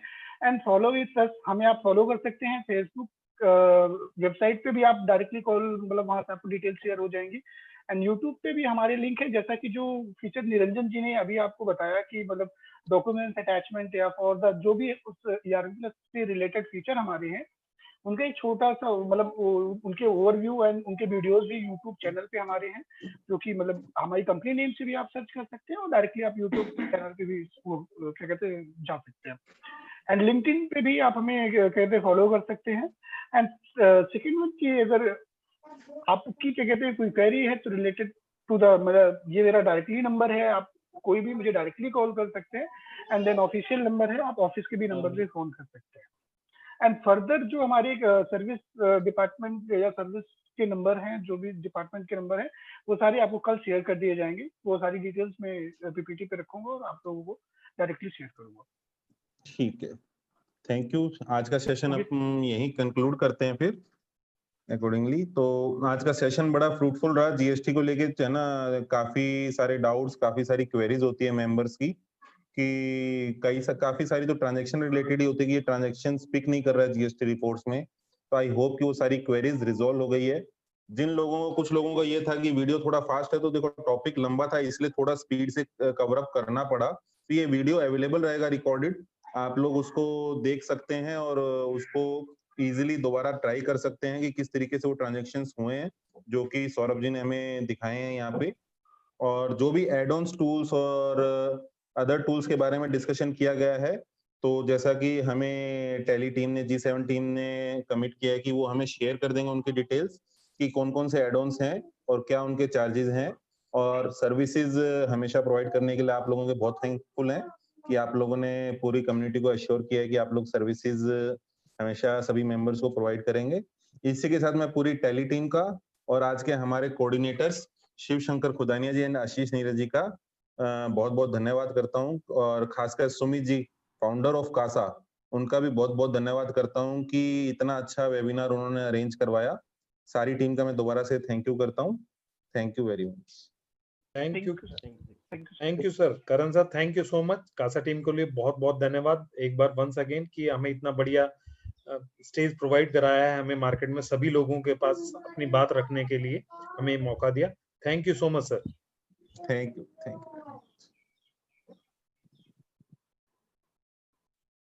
Thank you for watching.